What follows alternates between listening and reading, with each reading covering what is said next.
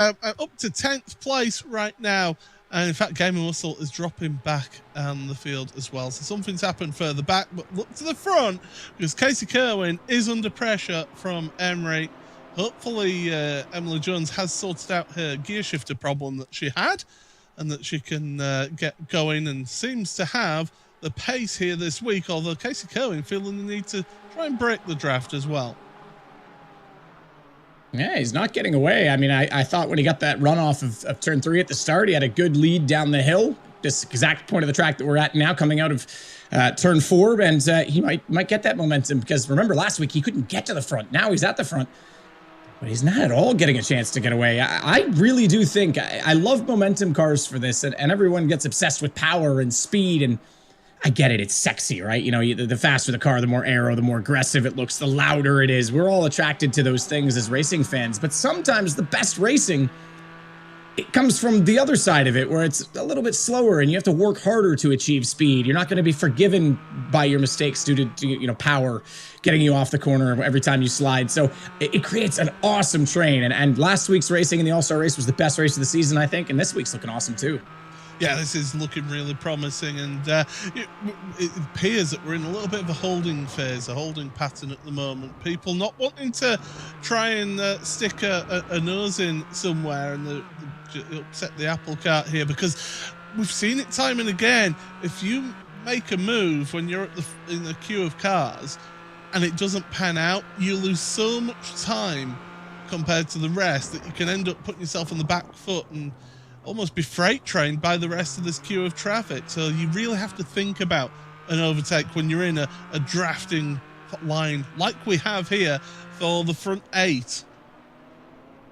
Well, the front 8, but not further back. We got a dangling wing mirror right now for Gamer Muscle as he is trying right now to get past, who's in front of him right now? Maxime, who started on the back row. She's up 2 spots at this point in time, so doing quite well. DePilio trying to recover also, but yeah, we'll see if Gamer Muscle, he was way off the track at the start. We'll see if he can do anything. Meanwhile, here's Mr. David Suzuki, the cousin of Dan Suzuki, as you've officially named it. So yeah, Dan's having a good time. He's also deep in the field today, though.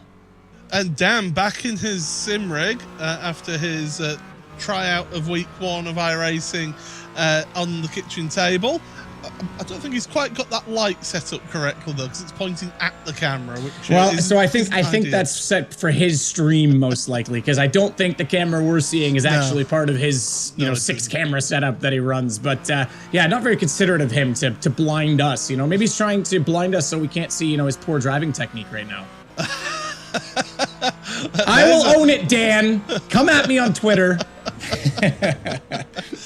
Matt Malone, fastest lap of the race. So he's got a bit of pace now, 4th in line in this field. You can see just this beautiful shot that we've got here from the roof of Dan Suzuki's car. Just that snake of cars. In fact, Malone's making a move. You can see further up. There we are. Looking at this now. This is Jardier and Malone. Malone's got to be careful because the outside line gets the run out of the corner. You carry the speed through the corner if you take that wide line. But Malone does have the inside for turn number 4 here. And it's a downhill braking zone. Very easy to make a mistake into this corner. Very easy indeed. As Heike tries to get in on this battle, they get overlapped here. Going in, turn 6 is a long left-hander, and it opens up a lot on the exit. It's very easy to run out of road on it if you're too early in, so he might get a chance to sniff back at this. Oh, they did well to hold together, but there you go. Look how wide. Didn't quite touch the gravel in front, so Jardier doing well. Tap of the brakes in the middle of the corner and gets shuffed a little bit. I don't think there was contact. I think he took avoiding action, but look at the momentum this is giving Heike. Had to go to the left side because Jardier didn't give him anything else, but nearly had a run to the inside. That would have made it much, much easier. Oh, unable to hold on to it. Heike 360 just not able to make that move stick around the outside. It has allowed the front 2 to just pull away though. And it's like I said, you might have one person make a little move here, and before you know it, you lose out to others. Quirk is dropping down the timing screen, I can see here as well. So he's had issues. He's actually back on pit road. So Quirk is out of this race. We've not even reached the halfway point of this race yet. That's That just shows that one little mistake, one little incident, and bye-bye your points. And Quirk, of course, fighting for the championship here in the series. Yeah, he absolutely is. One of the people he's fighting with is Emily Jones, and she's got an overlap on Casey Kerwin. I was going to mention turn 1 for her is difficult because not a lot of draft. It's difficult to follow and get the exit right. So she's been looking at turn 3, and she's got it now. And the run to the inside, she should take the lead here, Paul. Oh, I don't know, Kerwin. He gets the run out of the corner, gets on the power earlier around the outside. That gives you the inside for turn 6 and 7. Emily's a nice... What a lady. That was so polite. I would have pushed him right against the outside of the curb. Not off the track, not contact, but enough that he's uncomfortable and can't quite get into the throttle and then get the run back because Casey was just able to stay in it, and fair play. I mean, that's good racing between them. It's an all-star race, but there is a championship that Emery is certainly involved in right now. And Casey will want to win in certain ways as well. He will want to win a dirty way as they come through the final couple of corners. There's only officially 3 left-handers as we have a look at the Vodafone replay. This is Borjazazo and Quirk. Oh, and they get into each other there. There's Dan Suzuki involved as well in all of that. Dan has carried on, but unfortunately for Quirk, he's had to take to the pits.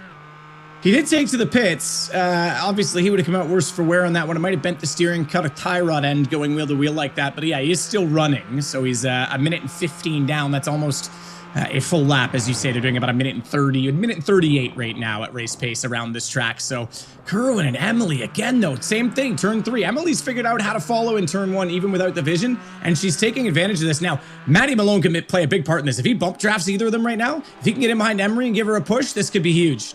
He's going to do exactly that. Smart man. He's on the brakes. Oh, give her a bump.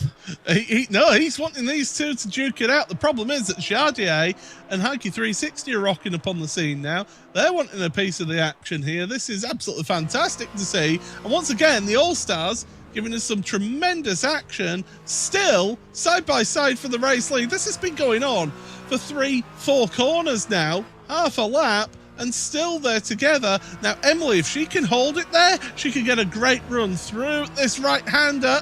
Careful not to get a corner cut penalty. And yes, Emily Jones does get to the front of the field. Casey Kerwin, though, feeling under pressure, having to go defensive. I thought Matty Malone was about to just tap the rear end. He wanted to tuck in as tight as he could because Jardier's joined this exchange as well, and Heike 360's on this as well. So what a contest for the lead. You're absolutely right. That went on for half the lap. I thought the reason I was calling it, I don't think you can get this done in turn 1. You can brake so late up the hill in turn 1. It's hard unless you've already got an overlap down the front straight to make that move. Casey's going to try and return favor into turn 3, doing exactly what Emery did. But I thought the reason Maddie Malone could have bumped Emery, just a little bump draft, give her a little bit more speed. She might have had enough overlap on the exit then that could have been done sooner, and then maybe he could have made the move on Casey as well, but he's still in this. Casey looking to the inside, and if you're loving this action and you want to get a piece of this action, then head on over to iRacing.com. If you're a new member, you get 40% off your membership. So go along, iRacing.com, log on today. And remember, every day is a race day on iRacing. And you could get some spectacular racing like what we're seeing here today. Emily Jones then still in the lead ahead of Casey Kerwin and Matt Malone. Just half a second covering the 3 of those. Heike 360 and Borjazazo have moved ahead of Jardier. So Jardier's had issue out there now. So drama happening throughout the field here, and Jardier, our pole sitter, is not having a good sprint race here. No, absolutely not. Unfortunately for him, falling down the order. He was in the mix here, but like you said, these guys are so close and so competitive right now that one mistake, you get shuffled out of the order. They've spread out a little bit, to be fair, but it doesn't take much to lose out on this one. Dan Suzuki, credit to him as well, considering he was involved in that incident with Quirk and got taken all the way into the pit lane. For him to recover, still be at 6th at this point in time. Now, granted, there is quite a gap back to him. That's pretty decent, though, for points, all things considered. Yeah, it is really, really good to see. As here's a look then at what happens at Jardier. This is at turn 4. and through the corner, get onto the gravel. As soon as you do that, big moment, and that could have easily wiped out Heike 360. That's a tough one as well. Great battle at the front still. It's a tough one as well because that wheel sinks into the gravel and then it kind of hops back up onto the AstroTurf, and then he runs out of not only the sand trap, but he hits the grass and he's still trying to collect it. You can either back right off the throttle and come out more smoothly, or you try and keep your foot in like that. Unfortunately, pays the price for it. So yeah, that's a tough one. There's a lot of load on a tire that doesn't have a lot of dense material underneath of it. Yeah, certainly you need a bit grippier surface than gravel and grass, that's for sure. But now Casey Kerwin's actually coming under pressure from Matt Malone. Rather than putting the pressure on himself, on Emily Jones, Matt Malone's actually starting to get in a little bit of a fight here and wants to try and get second place here. He's really come alive in this opening race of the day. Absolutely, yeah. No question about it. Emery's looking phenomenal. Bit of a wide exit that time by, but with 2:15 to go, she actually cost herself. Did she get a slowdown? I think she went wide enough. She did. Absolutely, she did. Emery had to hit the slowdown. I thought that looked wide as we jumped to that camera angle, and that's going to put Casey Kerwin and Matt Malone past her, and Heike's going to have a sniff at this as well because Casey's gone. Matt's trying to decide who he wants to draft right now. Who can he help up the straightaway? And in fact, he might have helped them both and get caught out for it. 3 wide up towards turn number 3. Malone slots in behind into the braking zone here. And Emily Jones carrying that speed again around the outside. It's a great run if you could get it done and the driver on the inside doesn't push you wide. But that is showing what you could do. But one little mistake, one little run wide around here, and this track punishes you, and you've seen it right there to Emily Jones. So Casey Kerwin now has a 1.3 second lead over Emily Jones' second place. Heike 360 now into third place because of Matt Malone getting involved there and trying to block off one car and costing himself another place. Yeah, Matty had a chance to be in P2 right now, and after that battle and exchange, he goes way back down the order the other way. He goes to 4th. Meanwhile, we look further back. The race for 8th is heating up as well, as Tia Masson has been in car for a while. She's, I think, got friends running Sebring today as well, one of the special events. She may even herself be jumping in later, but joining us for the All-Star race going up against Idral right now. Thea Masson, I said this at the start of the qualifying. She seems to be feeling a bit more comfortable in this GT4, doesn't she? She seems to be a bit more on pace compared to when she was in the 992. I would agree with that. Yeah, I think you're absolutely right. Obviously, these cars have ABS, a little bit less power, but sometimes it's not even about the driver age, just as much as it is about the driving style and the comfort. So she's certainly more at home in this car. And yeah, we're seeing her climb up the order more frequently now. That race for second is heating up again into the braking zone of turn number 3. Malone looking to the inside, but Heike, you can carry that speed. We've seen it before. And Malone, just having to slot back in, and now it's coming under pressure from Borja Zazo. This is the final lap, by the way. This is just flown by as a sprint race here in the Porsche Tag Heuer Esports Supercup. All-Stars Zazo looking to the inside, late braking into turn number 4. Malone with a very, very late reaction and a delayed defense of that position. Holds on for the time being into 6. Very few overtaking opportunities now for Zazo there. Up the front, it is Casey Kerwin, who's doing a sensational job. He's just got a couple of corners to go in this race. Emily Jones runs wide out of turn number 8, but with 2 turns to go, you've just got to keep it within the defined track limits. And so far, so good. Here's Casey. He's looking so comfortable and relaxed. Got a nice half a smile on his face. Flash of the headlights. He knows he's won, and he'll be delighted with that. Race win here in the sprint race for Casey Kerwin. Emily Jones, second place ahead of Xavier Sanchez, Heike 360 in third place. But of course, the feature race, that result is going to be completely inverted.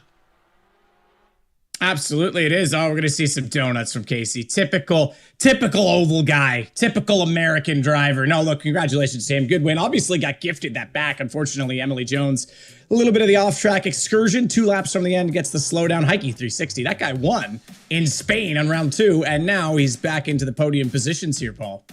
Yeah, it's great to see there. Matt Malone, 4th place ahead of Paul Giazzo in the end. Then a bit of a gap back to Dan Suzuki. Jardier dropping down to 7th ahead of Idro. Fia Masson, great results for her in 9th place ahead of Depilio. And then it's Maxime, 11th ahead of Gamer Muscle. And then Quirk in 13th place. And I believe we've got our race winner. Casey Kerwin, yeah. Second week in the championship and now the second race win. Doing donuts on the track, though. I think this is the wrong type of track for that. I'm just going to let you know. Yeah, it was, I had to get the donuts in. You got to throw it back to the NASCAR stuff as much as you can. No, it was a great race. It was, Emily was really quick. We had some good battles there. And then, unfortunately, you know, it was going to shape up to be a battle to the end. And she and Matt got a slowdown at the same time. And then that just kind of got me away there to the end. But, I didn't notice Matt had one. Okay. I believe that's what happened. Or yeah, I think so. But I know she got one. So unfortunately, that kind of messed up the battle at the end. But that was a lot of fun. Hopefully, we can continue that into the next one, and it'll last a little bit longer since the race is longer. But yeah, it's been fun, and yeah, hopefully go on to the next one. Well, so last week, in your debut in the series, it was the second race that you won on the reverse grid. First one didn't quite go your way. This time you win the first, you got to start dead last. How difficult is that going to be? Yeah, it's we'll see. I don't know how much carnage there'll really be. It's not too difficult to pass because of the draft, it seems. Well, let me phrase that. You can get runs on people, but completing it's another thing. And if you mess it up, you know, with how long the straightaways are and you have no run on the straightaway, you could go backwards. So yeah, I think we kind of saw that at the beginning. The hairpin's really tricky. Like, that's why I kept giving Emily the bottom, because I couldn't get off the bottom well underneath her, but she started to figure it out and she got good runs off the bottom. So yeah, it's a little tricky to pass, and it's hard to try not to lose too much time while doing it and kind of stay in the draft. But we'll see how it goes. Yeah. Main thing's getting through the first couple corners. You can take the boy out of NASCAR, but you can't take the NASCAR out of the boy. I think we call it inside and outside here for the hairpin. But bottom, top, whatever works for you, man. It's you're winning races. That's all that matters. Who am I to talk, right? No, look, I gotta get my digs in where I can. Good luck in the next race. Thanks, man. Appreciate it. Well, there we go, Paul. As we look forward to a reverse grid, I don't underestimate these GT4s. As Emily Jones, unfortunately, you maybe kind of made a mistake that cost you that one. Yeah, well, today I learned that you can get a slowdown at the final corner. So I managed to pick that one up. But it was a really fun race before that. I was like, you know, I think it was really good battling between Casey and I. We started to break the field a bit, and I was like, it's all stars. No one's allowed to break the field. So I started just having a go at him every time into turn 3. And yeah, it was fun. It was a good race. Was it difficult to follow into turn 1? Because like the draft, Casey said the same thing. It was easy to get a draft. It was hard for it to help you buy. And it's difficult to see in turn 1 on your own. And you were so close. I think like I saw lap 2, you kind of get out on the curb. Was that difficult to figure out how to nail that so you could get the run at 3? Yeah, it's tricky to see the turn-in point when there's a car right in front. The good thing is I guess a fair few laps to kind of figure it out. So I was pretty used to it. But yeah, you've just got to kind of brake a little bit earlier and really focus on the exit, because you can't go in super hard because there's a car there, basically. Yeah. Well, it worked. It worked out until it didn't, but that was a different story. Stay on track this time, and good luck. Yeah, I will. Thanks, and good luck in the Sebring 12-hour that you're doing as well. Oh, thank you. Yeah, unfortunately, we were running P3 lead lap, and we got taken out by a car 34 laps down. So you know how it goes. Yeah, but we're still driving, but we're several laps down now. But I appreciate the sentiment. Thank you. Yeah, no worries. Hope you enjoy the next race. Thank you very much. Paul, there you go. Yeah, unfortunately, if anyone's wondering, I did do qualifying and a double stint this morning in Sebring. It was going tremendously well. We were up in P3. We had the pace to match the leaders, and unfortunately got taken out. So just for some context. But this is not Sebring, Paul. This is a much smoother track. Yes, certainly much smoother, more elevation changes as well around this track. As I said, 4.3 kilometers at 2.6 miles, 10 turns around this magnificent venue in the Styrian Mountains. And we've seen plenty of action in that first race. We've got a 27-minute second race here in the All-Stars. I mean, more of the same, please, is what I'll say. Absolutely. Yeah, I think it's phenomenal. And I think, as always, the All-Star race is so entertaining. I was just going to say it before we got into it with Casey Kerwin. Don't underestimate these GT4 cars. Don't underestimate the racing that they can create. They're so fun to watch. And I think it's going to be a great teaser for what we're going to get with the Porsche Tech Heuer Esports Supercup today as well. And hopefully we can continue to see some of the battles in that series be as competitive as they have been, because, man, oh man, what a championship we've got over there. Yeah, absolutely. That one coming up a little bit later on, 7 o'clock for the main feature of today's broadcast. Of course, if you do want to keep up to date with everything going on in the Porsche Tag Heuer Esports Supercup, then go on to iRacing.com/PESC, and you can keep up to date with everything going on in this, the schedule, the standings, and also how to become a driver as well in iRacing, because at the moment, new memberships have got 40% off right now, so do make sure you sign up and get yourselves into iRacing and come join us for some fun out on track. Speaking of fun out on track, we are going to get ourselves ready for the grid for the feature race here. It is a full inversion, and look at that. Quirk pole position. Alongside him is Gamer Muscle with Maxime and Debelia in row number 2. Row 3 is Timo and Idra. Jadier with Dan Suzuki, then row number 4. The 5th row is Borja Zazo and Matt Malone. Those two have had some battles so far this season. Heike 360 and Emery rounding out row number 6. And all on his lonesome on the back row of the grid, Casey Kerwin. Well, with the greatest hair. With the greatest hair.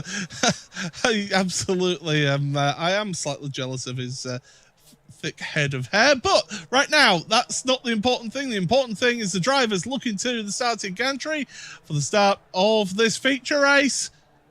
Quirk from the front row of the grid with Gamer Muscle. Away we go for 27 minutes of action here at the Red Bull Ring. In towards turn number 1, then onto the brakes for the first time. Cold tyres, cold brakes, and there's a little bit of a concertina in turn number 1. Everybody makes it through eventually back on the track, but that's hardly ideal. There was a little bit of side-by-side contact further back. And, well, Emily Jones, she is almost, she's 12th place out of the 13. Looking forward, though, more contact going into the hairpin. My goodness, and I believe that's Timo Sant, who's getting shuffled down the pack there. Yeah, she just got forced out, couldn't get back inside, and in the train, basically had nowhere to be in that situation. So unfortunately, she just has to let everyone get by, and then she can get in and get a rhythm. Interesting to note as well, Quirk obviously had pole position for this reverse grid. You mentioned the championship. Okay, he doesn't get a lot of points in the first, but he can redeem himself here with Emily Jones starting second to last. Obviously with Casey Kerwin, by the way, already up 4 spots. So a chance for him to maybe strike back in this race. Absolutely. The opening lap on one of these races is almost like watching eNASCAR. You get out of your lane and you can get shuffled down the pack. Dan Suzuki is getting shuffled down the pack. Looks like he's going to... I don't know if that's just me or whether he's got a little bit of damage. Well, I don't know what happened there. I don't know that there's a slowdown for the inside Apex to the lead. 8. Well, this is exactly it, because Quirk pulled over and let Gamer Muscle go. So I don't know if he and Dan were involved in something, but that was, I need to see a replay of that.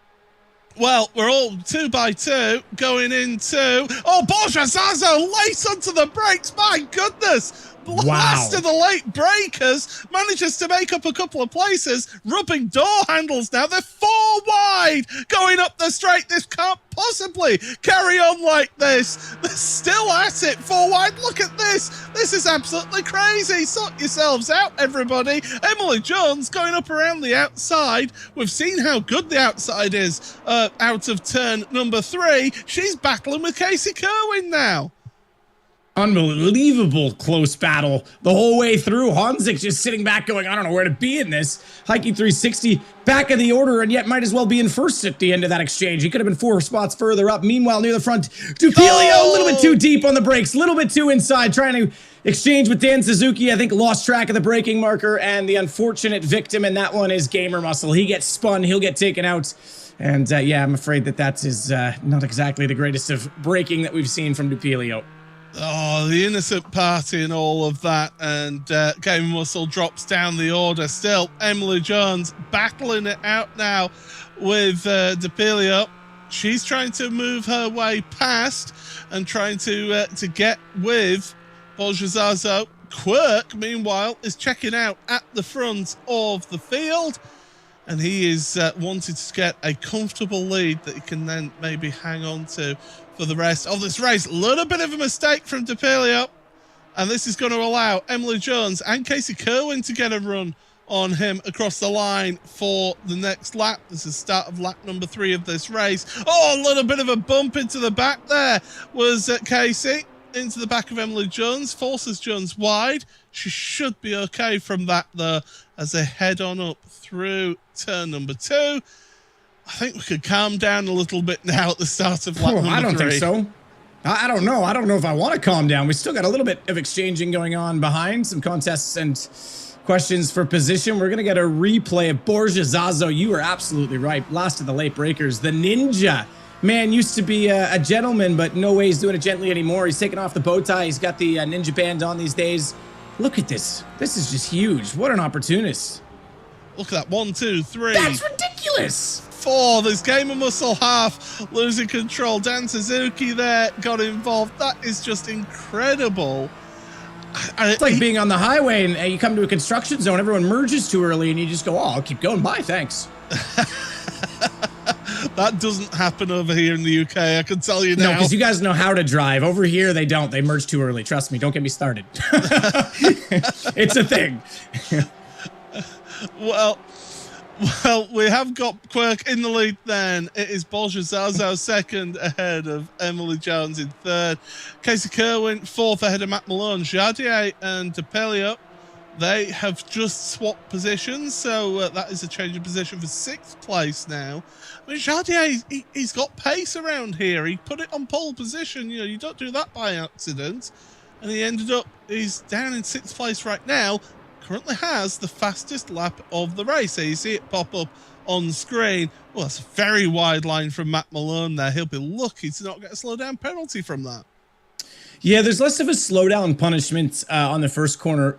I would assume the reason being is that the sausage curb is already quite punishing for pace in itself. I'm sure if you go way out there, obviously. Whereas the last corner with the compression, being able to get on the power earlier, and it being so smooth out there, it actually does give you quite a bit of an advantage. So I think it's not quite as aggressive with the slowdown there. But here is Idro as he heads into the hairpin, as it was referred to by Casey Kerwin, turn 3. It's near a hairpin. It's not quite 180 degrees, but it's quite a sharp corner. And it's so important to get a good exit out of that corner because it's downhill run to turn 4, but it's also such an overtaking opportunity. If you lose momentum at all here, Paul, you're sitting duck. Yeah, I know that from racing around here a few weeks ago in a private league that I race in. And here we are then looking at Dan Suzuki and Heike 360. Heike, as he mentioned, he won at Circuit Barcelona Catalunya, his home race of this championship, and he's been in there and thereabouts, hasn't he, Matt? He's not always been completely consistent with his pace. Yeah, I think that's pretty true. The consistency has been an interesting one. And like we say, we have switched cars. That can change things. Dan a little bit wide on the exit of the last corner. That gives a bit of momentum in favor of Heike. Now, again, hard to get an uphill run, even with the draft and with the ability to brake so late going uphill. It's more about setting yourself up, and this is what Emery touched on in the interview, conceding the entry, focusing on the exit, and getting this run, and she's doing it exactly now against Borjazazo. Now, are we going to see the old Formula 1 style of pushing the driver off track on the exit? No, we're not. Emily's around nicely. You mean Lewis Hamilton and Alex Albon?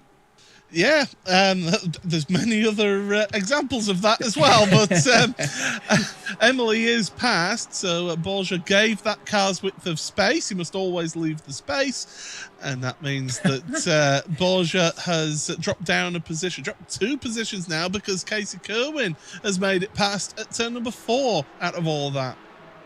Yeah, Casey and Emery both from the back of the grid. I would say back row, but Casey, in fact, was solo on the last row, but from the 2 back positions have come all the way through the field. So forget what I said about Quirk having a chance to potentially score some free points over Emily Jones. She once again shows off her skills and gets all the way through. And we still have 19 minutes really left in this race. She has everything to play for. We've got the focused approach of Matt Malone on screen right now. There he is, 5th place. He's got Boljazazo in front. I mentioned it in that opening race of the evening, the sprint race, how him and Boljazazo have had some tremendous battles here in the All-Stars throughout the series' history so far. It's been a really great addition to bring these All-Stars on board and get them involved, get everybody primed and ready for when the World Championship comes along. Of course, make sure you stick around, because on the hour is going to be when we head on over to the Porsche Tagore Esports Supercup. But you don't want to go anywhere right now, because the entertainment and the excitement out there on track right now is second to none so far. Absolutely. No, this is a phenomenal watch every week, the All-Star race. I've been so impressed with it and getting to know this series, and obviously familiar with Porsche Tag Heuer Esports Super Cup and familiar with these guys as streamers and entertainers, which, by the way, Paul, I have started streaming now. This is not a plug for my stream. It's a plug for them, because in a race this week, I was leading, looked down to read chat, and drove straight off into the wall, and I was barely getting messages. These guys are chatting, talking, interacting. It's incredible to watch, and they're still so quick. So, yeah, it's really, really cool to see how well they race with each other, because look, they're super entertaining. I wasn't sure what to expect for the on-track action, but it has been so good every week. It's funny you say that, because I've been streaming for a few years and I still crash into a wall if I read my chat. So I'm man, exactly it's hard. the same. It's so I can talk and drive nonstop. I talk nonstop anyway. I can hardly read as it is. So trying to do it while driving, no chance. Well, and speaking of talking to the chat, look at this. Heike360 just looking around and chatting away to his audience. This is because they've been doing it for so long, and because they're so entertaining as well and so interactive with their audience. It's just natural, I think. Yeah.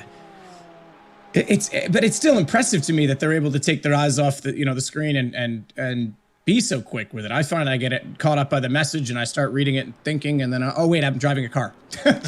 So yeah, it's easy to forget, Oh, now one thing to note here: Emily Jones and Casey Kerwin have been catching Quirk right now. They're within 1 second. That gap was 1.8 seconds just a couple of laps ago. So Quirk will be starting to feel a little bit of pressure being put on his shoulders here from the 2 behind. He's not really been at speed around this track, it's safe to say, but Emily Jones and Casey Kerwin, those 2 right now, they have got so much pace in their cars. They're feeling so good, and here's the thing with the All-Stars: every driver is using the exact same setup. It's a fixed setup series is this. It's all about the driver behind the wheel, as some race mechanics used to say. It's the nut between the pedal and the wheels that is the difference happening right now. And as I head on through the final corner, why don't we give you a little bit of a buzz sound lap?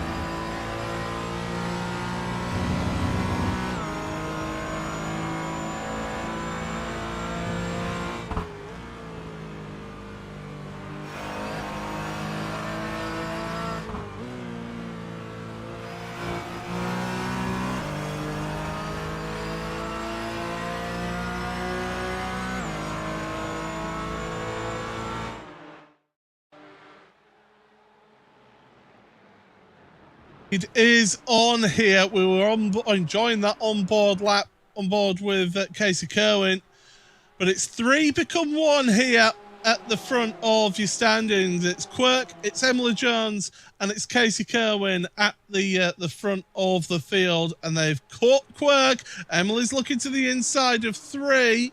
No move being made so far, although Quirk just basically gets out the way there, doesn't he?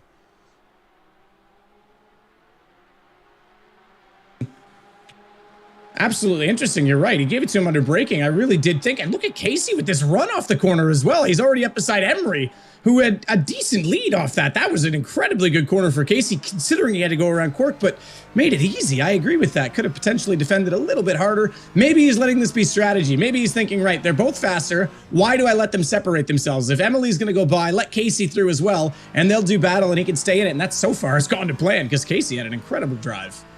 Well, that's it. You're absolutely spot on there. If these two start tripping over each other for the lead, you never know. They might have an incident, and Quirk can come through and say, "Ha-ha, thanks, guys," and go waving as he goes past. Yeah, absolutely. And sure, they're both faster. They both might get by, but if he creates a gap between them, they're less likely to have that battle, between them and give that space back. So perhaps a bit of strategy for Quirk, as he can also sit on the draft here. Casey diving all the way to the inside. I don't know if that was just breaking draft or if maybe he got a little sideways and decided to let the car go over there. But he is going to be a little bit defensive likely by the time they get to turn 3, because Emily Jones, we've already seen her make this exact move on him in the last race. Yeah, Casey will be clued up to that here. You can see him. He's just looking around, looking in his mirrors. He's looking to see where Emily is going. And really, you want to defend the outside here. Show Emily the inside, because she's been so good at that outside line move. She really has. Yeah, no question. He mentioned that. I mean, he referred to it as top and bottom, but this is exactly the point. Even coming off turn 3, the downhill run, you get a little bit of draft. Now you're downhill braking. Now you can be daring on the brakes as opposed to turn 1 where you can be late and it favors you to get to the apex. Casey's going to do very well to hold on to that, but Quirk's right there. I mean, considering these two came from the back, got through and got by him, he knows what he's up to. He knows what they're going to be doing, so he'll just sit here. There's 11 minutes left to go. Considerable amount of time still, but he's in the right position to capitalize on this. Yeah, the first race was 17 minutes long. This one's 27 minutes long. So, we're into the second half of this race. And these two at the front have been stuck together since the start of the sprint race, pretty much.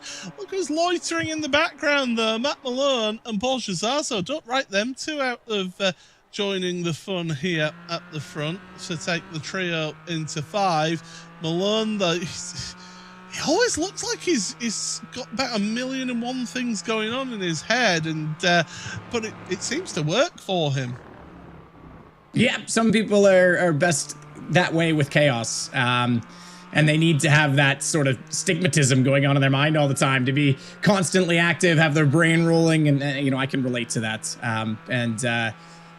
It benefits them. It keeps them on edge. Sometimes if they let that edge go down, they let their guard down, then they lose that pace or that focus. As crazy as that sounds, because like you're saying, it seems unfocused, but for some people it is a way too focused. So. Not a psychologist, by the way, but there you go. There's my 2 cents. I've observed motorsport for so many years. I'm not going to say how many years, but I've seen so many drivers in the past that have been really calm and methodical and really smooth. And then you see the drivers that come along who look like they're doing 1,000,001 things and the car's completely out of control, and yet they're the fastest driver out there. And it just goes to show one style doesn't just fit all, does it?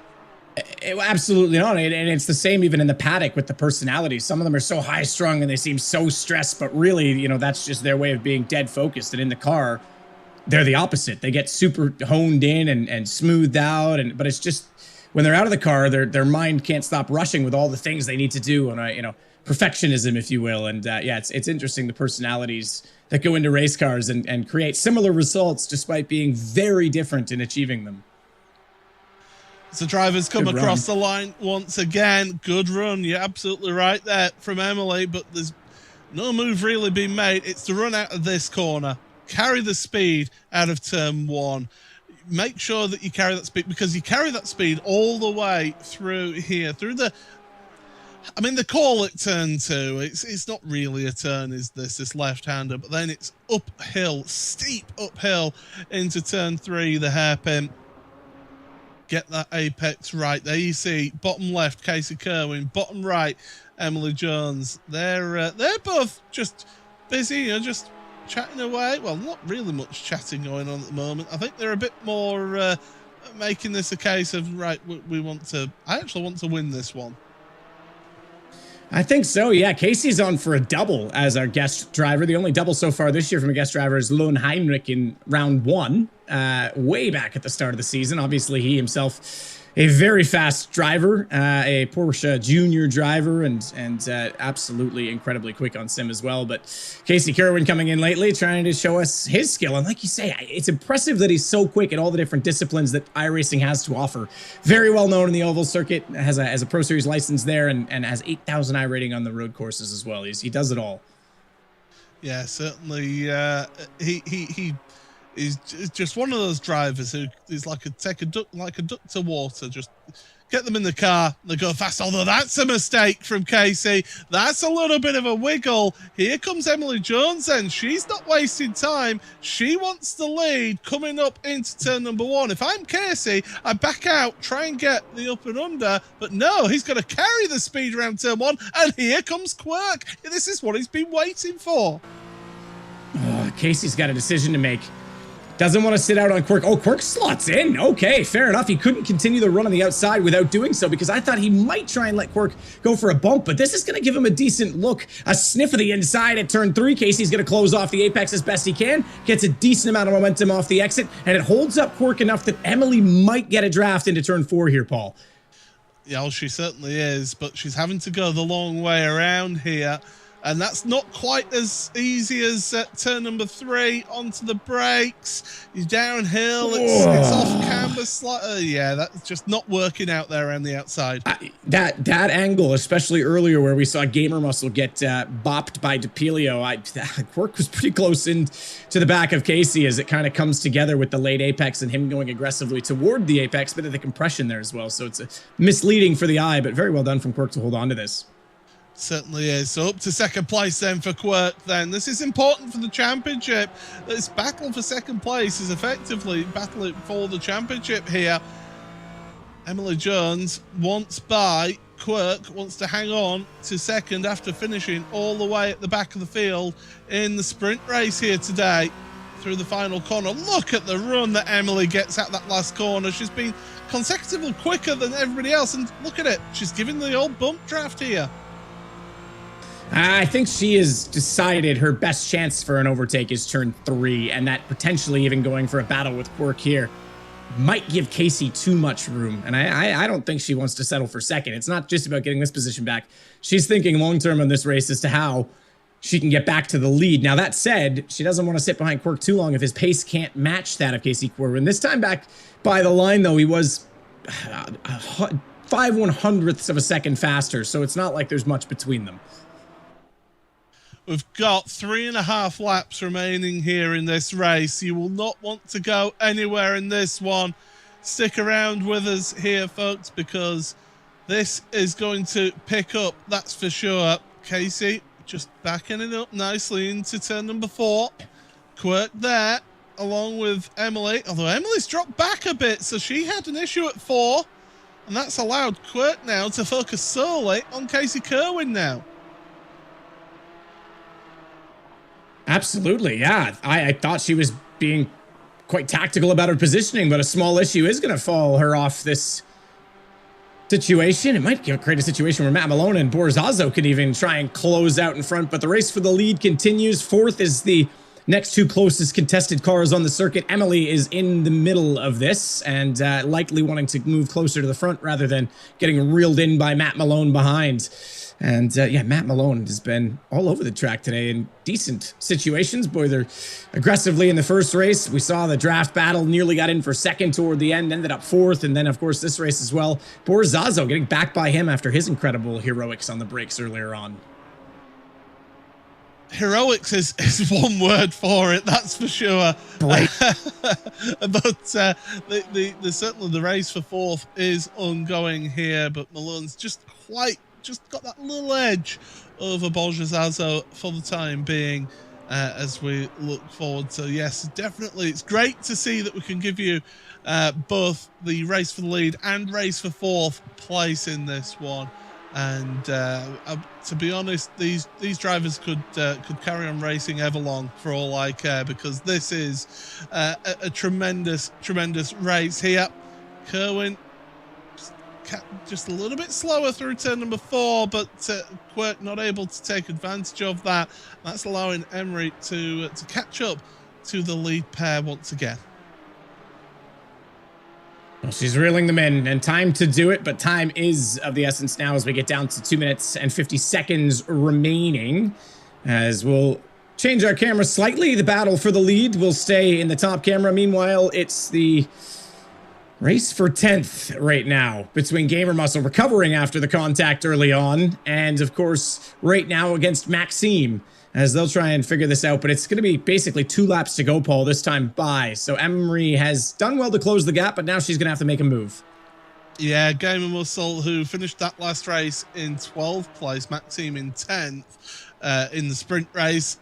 She'll be wanting to get a double 10th at least out of this one, being that a little bit further down, whereas Gamer Muscle in 11th. He is a position higher than the sprint race, but yes, that race at the top then, it's going on, and these drivers, Emily, she knows that time is running out now. Matt, I mean, you've been racing today.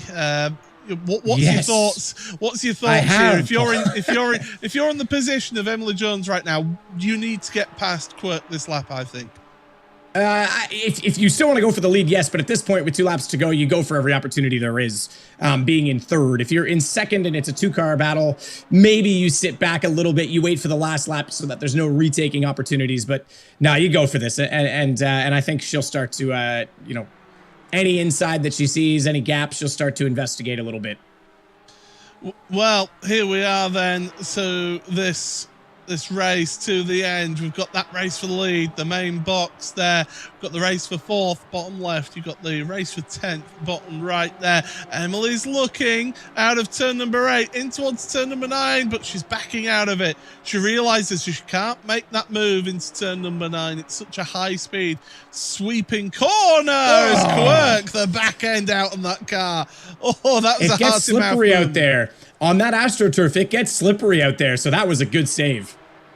Well, look at them at the front then. They're trying to break the draft. Casey Kerwin realizes that he has got 2 rapid drivers behind him at the start of this final lap of the race. And, well, Emily Jones, she's trying to get a 2 for here, 2 for 1. She might. It's going to be a difficult one. Quirk's going to already fan out and get out from behind Casey Kerwin. He'll defend the low, as he said, the bottom, as he said, the inside of the hairpin. Off of it, though, a little bit of contact, pushing down the line. That's going to slow them both a bit because it's going to limit the drive that Casey gets. And Quirk means he can't get on the throttle as aggressively because there's an object in the way. So who gets the best exit? Emily Jones. But she's a little bit boxed in here into turn number 4. She's got to try and get the run out of this corner. There's Quirk alongside. She's going to try and get second place at least out of this one. Heading in towards turn 6. Quirk has the ideal line. He's got the inside line. Emily, though, around the outside. They give each other space. That's really, really good racing between the two of them at high speed. And that's up to second place for Emily Jones. She wants first place, but it's going to be a little bit too little too late, in my opinion. Quirk is trying to hang on and try and get that place back, but I think with 2 corners to go, it's going to be a very tall order. But Casey Kerwin at the front, potentially 2 from 2. He's got to keep it within track limits on the final corner. That might be an issue for Emily, and Quirk got a slow down penalty. Meanwhile, Casey Kerwin across the line wins once again in this feature race. That's 2 out of 2 for today. What a back-to-back win. Emily Jones second place again, and Quirk got himself a slow down penalty, but does finish in 3rd place. Lucky he had a gap that he could serve that. I got penalized for that actually just this week, as if you are on the last lap and you cross the line having not served it, you get a 45-second penalty. I think it differs for each track. It was 45 seconds in my case, so it was 8 positions. So he was lucky he was able to jam on the brakes, react in time, and not cross the line, still having to slow that down, and he'll hold 3rd place. Certainly will, as the last of the drivers come across the line. Let's go to the Bose post-race show here for the Porsche Tag Heuer Esports Supercup All-Stars then. And, well, let's give you your results here for this round number 5 of the All-Stars. Casey Kerwin, 2 from 2 here today. He'll be delighted with his efforts today then to finish in 1st place. Emily Jones, 2 second places for her. Quirk, a much better second race here after finishing last in the sprint race. Boljazazo, 4th place in the end ahead of Jardier. Heike 360 in 6th. Matt Malone dropping down to 7th at the end there, so issues for him ahead of DePilio. Then Dan Suzuki and Maxime holds on to 10th place. Game of Muscle in 11th, then Idra in 12th place, and Theo Sant, who had issues on lap number 1, all the way at the back. Let's have a look then at what happened to Matt Malone on the last lap. Yeah, you mentioned it obviously lost position based on what we'd seen. We were watching this race and this sort of exchange for 4th as it was, and that is a hip check if I've ever seen, and unfortunately this is not hockey. Hip checking doesn't really work. I think Matt Malone was trying to learn to fly there with that one. The good news is, kids, that is how you rejoin the circuit, not backwards as an LMP2 car in front of us. Just saying, that's fun. Well, somebody is still salty about his racing. Somebody who isn't salty though. Take it away, Matt, with our race winner. Yeah, Casey Kerwin, the double, getting it done. Matching that of the effort from Lauren Heinrich as our guest driver earlier in the year. But yeah, 2 weekends in a row for you. You're making yourself pretty at home here. Yeah, that was another really fun race. The start was absolute like comedy from my perspective in a good way. It was like everyone kept making moves into like turn 1 and the hairpin, and we'd all end up 4 wide down the next straightaway. It was a lot of fun. That made me feel more at home with the NASCAR stuff being 4 wide down straightaways. So that was good. But yeah, it was a lot of fun again. Another great race with Emily and Tyson there. So yeah, glad to go 2 for 2, and yeah, it was fun. Yeah, ton of fun to watch. Were you a little worried that there might be a late move from one of those two, given that they were kind of just sitting there and waiting? I think Quirk even kind of let you both go by at one point, thinking I'll just let them keep battling. Yeah, and then it was tough because I felt like I was getting, I don't know if it was like you said, they were just kind of waiting it out, but I felt like I was getting really good runs out of turn 1 enough where I could be safe into the hairpin, which the hairpin was my weakest point. I felt like everywhere else I felt like I could hold them off. But then the last 3 laps, I just started throwing in turn 1 and just messing it up completely, and they were all on top of me. So yeah, but it was a good race, and at the end there in the hairpin, I gave Quirk the outside, even though I prefer to be on the outside. And then I kind of barely cleared him when I'll use the road term, understeered wide a little bit, and yes. Kind of parked him on exit. I got real tight center. That's center. right. Yeah, that's right. Yep. Went up the hill a little bit. Yeah. But it worked out. But it was a good race. And it was. We were touching on that too, because it looked like he might have got a run on you, but and then Emily had a run given on both of you because of that. But you had position in the end. Congrats, winning both races today. Not an easy achievement. Thanks, appreciate it. Thanks again for having me, and yeah, hope to do it again sometime. Absolutely. And the same step of the podium this time, Emily Jones. We speak again. Another good race all the way through, and a nice 3-way battle at the end for the win. Yeah, it was fun. I was it was pretty wild at the end. It was Casey, Quirk, and I was egging Quirk on. I was like telling Quirk to have a go every corner, which was I was encouraging him. And then I found out after the race that we were both in TeamSpeak together, and I had my mic unmuted the whole time, and he was hearing all my encouragement. So it was a good race. It was really fun. How did he respond to that encouragement? He says it was positive, but I was like, it was some pretty strong encouragement I was giving. So, colorful. Yep. Yeah, exactly. Yep. I like it. I like that he didn't tell you until after the race either, because then you're like, oh, what did I say? Uh-oh. I know. It. That's he brilliant. could have told me straight away. He went over the whole race and then told me. Classic. Anyway, it was fun. It was a good race. Good battle. I think that makes it even better. Shows the camaraderie. Well, good job today. 2 second places obviously looks good for the overall standings. Yeah, definitely. I don't know where I'm sitting, but I think it'll be good. Considering like last race, I kind of had a crash with the incident points and stuff. So happy to get a consistent round out of the way and just consistent points. Yeah, that is true, because it has been up and down, I think, this year. It's been very competitive. And one of the guys that's obviously in this year that's been doing that, Quirk, going to be joining us now, is Emily's just told us, Quirk, you waited until the end of the race to tell her that you actually could hear everything. That doesn't sound like something I would do. No. Actually, to be fair, I unmuted TeamSpeak after the race, so I just heard like everything after the race, and she was just being her wholesome self. So it was great. Okay, so it wasn't as bad. She thought you literally listened to the entire race and didn't say anything just so you could troll. Because I thought that would be brilliant. I wish I did. Honestly. I wonder if anyone else were able to hear her. I don't know. I would be curious, because I thought that was hilarious, and it could have been fun. Were you thinking that if you let them, because you kind of let them go by easily, Casey and Emery at one point, were you thinking that you wanted them to keep sort of going at it with each other so you could stick in there and then maybe get a chance back at it at the end?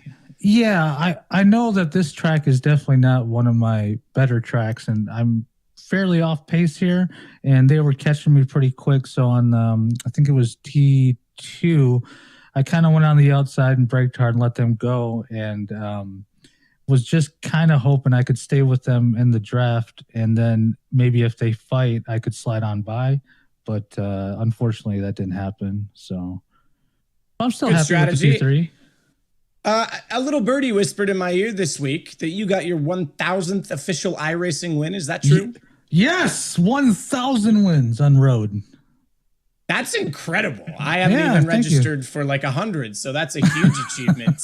Congratulations on that. That's really, really cool. You. Yeah, thank you. How many years is that? Well, when you're this good, it was probably like a year, really.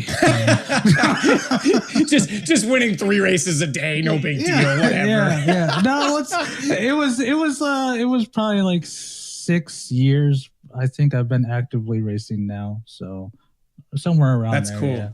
Yeah. Someone should go back and create like a montage of you crossing the line at each of them or something. That would be pretty impressive. Yeah, that would. I'm sure the replays cool. don't exist for all of them, but it would be pretty cool. Yeah. Well, congratulations on that, and we'll see you next race. Thank you. Paul, I think that's kind of cool. 6 years. That's still pretty impressive when you think about how condensed of a timeline that is. Yeah, I mean, considering I've been on 10 years and haven't even raced that many races officially. But let's have a look at what that's done to the point standings, and just 7 points separate Quirk and Emily Jones. Borja Zazo, not that far back either, in 25 points off of the lead. Jardier as well could be in for a good shout of a championship if things pick up the second half. That's the first half of the season done of the All-Stars. We've seen some tremendous racing so far. Long may it continue here, Matt. Absolutely. Hey, that's insane that you just said that. Yeah, we are at the halfway mark right now. For the All-Stars, we're done the halfway mark. For the Porsche Tag Heuer Esports Supercup, we're just getting there, and it's championship picture for both are starting to be drawn out now, and how time flies when you're having fun, Paul. Absolutely. It's been tremendous to see those battles. And, well, that is going to be the end of the Buzz post-race show here for you with the Porsche All-Stars. We've had some tremendous battles out there on track for these drivers. They'll be back next time. You make sure that you join us for that. But stick around, because very shortly we're going to be heading over to the Porsche Tag Heuer Esports Super Club. And to get you in the mood for that, let's have a look at the schedule for this year's championship. Over 10 weeks, from the winter to the summer, let's take a look at the 2022 Porsche Tag Heuer Esports Super Cup schedule. First up, we head just northwest of Stuttgart, the home of Porsche, and open up our season on February 5th at the legendary Hockenheimring. Week 2, we head west to the Iberian Peninsula, where on February 19th we take on the beautiful mountains and sunny skies of northeast Spain when we head to the circuit de Barcelona, Catalonia. Let's take a trip over the Atlantic now as we head down to the most legendary circuit in Brazil.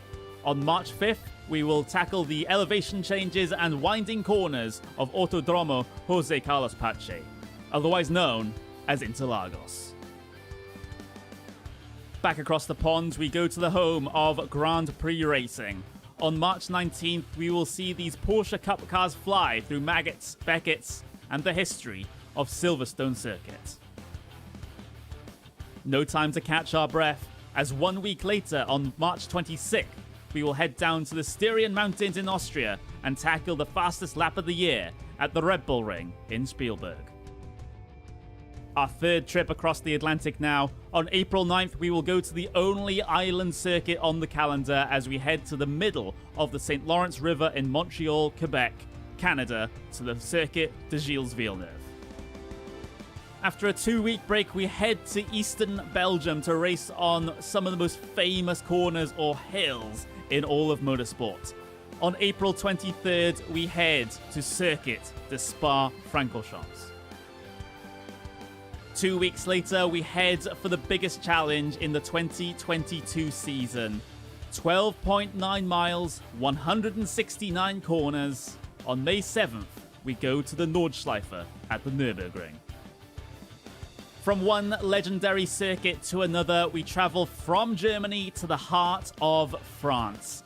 Our penultimate round is on May 21st, and we'll take on the most famous circuit in endurance racing, the Circuit de la Sarthe, Le Mans. Finally, we round out the 2022 Porsche Tag Heuer Esports Supercup season on June 4th, just outside of Milan, Italy, where we'll take on the high speeds and tight chicanes of Autodromo Nazionale Monza. This is the 2022 Porsche Tag Heuer Esports Supercup schedule. So, as we saw on that video, we are at round number 5 of the championship at the Red Bull Ring here in the Styrian Mountains in Austria. It is a tremendously challenging track for the drivers out there. 4.3 kilometers long, 2.6 miles. There's an elevation difference of 65 meters between the lowest and highest point at this venue. 10 turns, of course, for the drivers to contend with out there. And, well, to give us an idea as how to go around here in a fast manner, why not take it on board with Sebastian Job from the Oracle Red Bull Racing Esports team. So here we go for a hot lap of Red Bull Ring. My name is Sebastian Job, I'm an Oracle Red Bull Racing Esports driver, so a bit of a home track, and yeah, I'll take you on a lap here. So coming into turn 1, we'll brake just before the 100 meter board. Try and cut as much as possible. Use the sausage curb a bit on exit, got to be careful of the off track there. So watch out for people invalidating their qualifying laps there. Then we're all the way up into 6th gear for the second corner, braking just before the 100 again. Use the uphill nature of this corner to help slow the car down, 2nd gear, and then hard on the throttle on exit. Next corner is going to be downhill, so you have to brake earlier than you think. So braking around 125-ish, cutting a lot of the corner if we can. Want to minimize the distance. 2nd gear, and up to 3rd on exit. And we're coming up for 2 left-handers now, both very slippery, high-speed corners. They understeer a bit on entry and then very loose on exit, really having to be careful with the throttle. As you can see, getting very sideways. And again here, very loose, use all the track on exit, right up to the gravel. And then try and get a good exit up until the final 2 corners. Very fast one this. Once again, using all the track on entry, cut the curb, run wide on exit, and then dips down for the last corner. Lots of speed through there. And there we have a lap of the Red Bull Ring.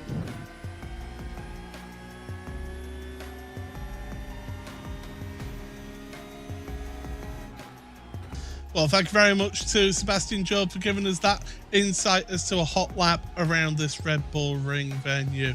The drivers will be getting themselves ready for qualifying in just a few minutes. And if you're new to the series, or if you've only been watching a few weeks and I'm wondering how best to identify those drivers, well, we'll take you through a driver parade right now to give you a look at those paints.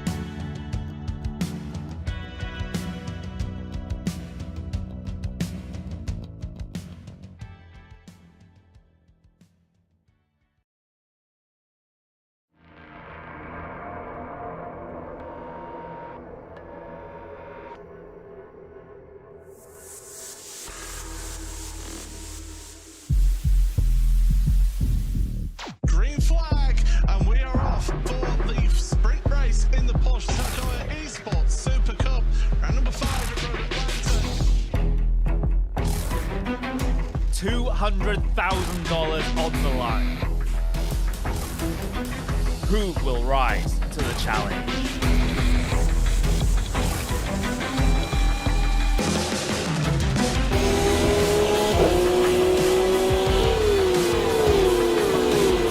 This is racing for immortality. This is esports personified. This is the Porsche Heuer Esports Supercup.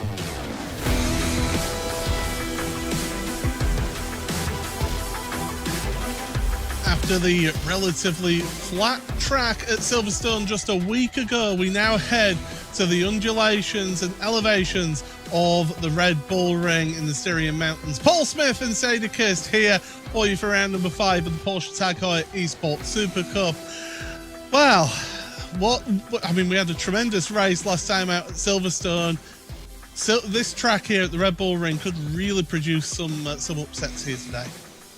Yeah, absolutely. I think our race at Silverstone was some of the best driving standards that we've seen all year as well. I thought some of the on-track skirmishes, if you will, some of the moves, big grid that we have, 35 cars on the grid for one short Silverstone, but it was really good all the way through the field.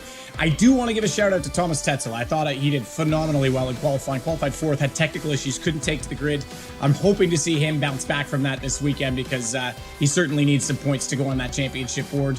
But yeah, really good racing, and I think this is another track that has lots of overtaking, as we just saw in the All-Stars. You've got great braking points. You can be a hero without the ABS on the 992 car, and it'll be a lot of fun.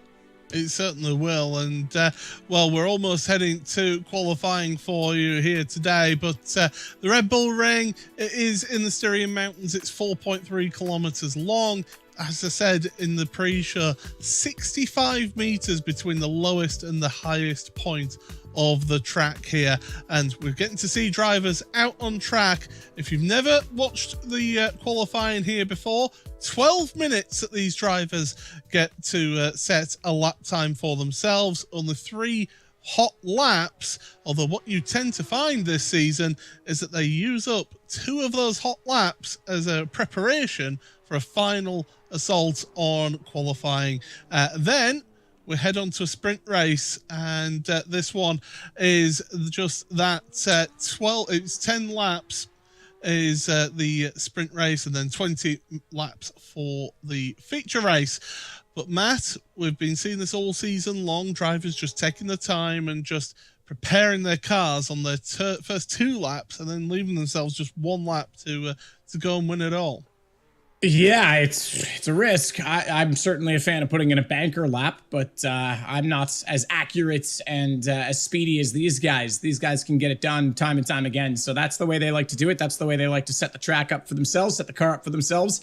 And it's incredible the accuracy that they'll get out of just 1 lap. Sebastian Job's been on pole 2 times in a row now, Paul, which has been remarkable for him on a recovery in the season, shall we say. Now sits 5th in the championship. Still quite a ways back on Diogo Pinto, Mr. Consistency, but he's closing that gap. And it's important to note as well, all 4 of the rounds so far this year, the pole sitter has gone on to win the sprint race. Yeah, so Sebastian Job, the only driver who has won 2 rounds of the championship so far this time to sprint races here this year. Looking at the cars, if you've noticed the white windscreen banner and the white rear wing, that is delineating that this driver, as we're on board with Kamil Grabowski right now, they are a rookie driver out there. Whereas the drivers with the black windscreen banners and the black rear wings, like we're seeing here, those drivers are drivers that are not in their rookie season. So it's a really good way of seeing who out of our 10 rookies, where those 10 rookies are out on track. And Cooper Webster has been by far the best one of the lot. Cooper Webster has been. Now, keep in mind, just on that sort of that rookie rating, he didn't race last week. He's obviously an S5000 driver in Australia, which is their, I guess, if you will, their IndyCar of Australia, their fastest open wheel series. I think he sits 2nd in that championship. Couldn't make it back from that race in time to get on for the Porsche Heuer Esports Super Cup, but he didn't lose much in terms of points. The next closest on the standings, Oscar Bixerud, he was only 31st in the feature race, 22nd in the sprint, so no points for him at all. 20th, 23rd, 25th, 14, 10th for Matthias Cipolletta. That was a good result. First top 10 of the season for him. He actually had penalty points and was negative points for a while, so he's now up to 23. But then 30th, 22nd, 18th, they barely scored rookies last weekend. So Cooper Webster didn't lose much by not being here. Yeah, certainly. It really has been the top rookie, and as you mentioned, even missing out does well. Salva Talons, though, he's a driver who knows a thing or two about pedaling these Porsches around in this championship, and he's the only one from MSI Esports for this season. It was Alejandro Sanchez who was joined him last season, but of course Alejandro has moved teams over to the Apex Racing team, although he's racing under the SDK Gaming banner here this season. And what a drive, and what a passionate response to winning that feature race last time out for Alejandro Sanchez. I've never seen a celebration like that in all my years of sim racing. I genuinely think he felt relief. Now, he's only a two-time feature winner in the Tag Heuer Esports Super Cup, but both of those were at Silverstone, so a bit of a Silverstone specialist, if you will, as we see our sole privateer driver in this championship. Last year was formerly part of the R8G squadron, if I'm not mistaken, Josh Thompson, and now very much on his own. Sees Apex. Was it Williams? That's who it was. There you go. I knew there was an F1 connection there somewhere. I'm sorry. But yeah, now privateer this year. But no, I think Alejandro Sanchez was relieved. I think he's been very close too many times, as he said in the interview in the post-race. A lot of bad luck and circumstances that have taken him out of contention in too many races. And keep in mind, even though he's only 9th on the championship standings right now, and last year he wasn't really a contender, he was in the top 3 2 seasons ago and very much in the picture for the championship between Josh Rogers and Sebastian Job. So he's definitely a fast driver, and I loved the celebration. I really did. He punched his steering wheel by accident. He was fist pumping so hard. So good to see that level of passion. In my days gone by as a rugby fan and commentator, I remember seeing a rugby player scored a try underneath the post in the Challenge Cup final. He celebrated with a fist pump right into his own forehead. So there you go. Oh, that's brilliant. Did he knock himself out? Because that would have been outrageous. Jordan Caruso. Yeah. As I said, lovely looking livery for the Australian, who unfortunately also had some issues last week at a jump start, one of our 2 jump starts at Silverstone. And he's another rookie in the field that's looking to make amends and get some decent points this week out. In the rookie standings, right now he is 8th and only has 20 points to his name. So some good results and good points today would be go a long way for his season. Right, we should be starting to see some drivers pushing now because they are starting their 3rd lap, and Dino Lombardi is one of those drivers heading up towards turn number 3 for that Williams Esports outfit, and he, of course, is one of our rookie drivers, and he's going to try and push on, try and get himself the best qualifying lap that he can. But yeah, these drivers now, they should be getting themselves onto their fast lap here in qualifying, so we'll be starting to see those times tumble down. Quentin Violate had a promising opening round of the championship at Hockenheim, and things just haven't really hooked up for the young Frenchman for the R8G Esports team. Sebastian Job, though, all eyes are on him. Can he get 3 pole positions and really cement himself as the leader of the Tag Heuer Pole Position Award? Because he would love that to get himself a Tag Heuer connected watch. He absolutely would love that. Yeah, no question about it. And getting 3 poles at the halfway point in the season where only 2 other drivers have scored a single pole, he would put himself in a fantastic position to do so. But not just that, Paul. It's the recovery for him in the championship. The first round was abysmal. 4th in the sprint race was decent, 4th in qualifying as well. But then he was 22nd after contact at the hairpin in Hockenheim, and it just took a bit to him to get back into that consistency.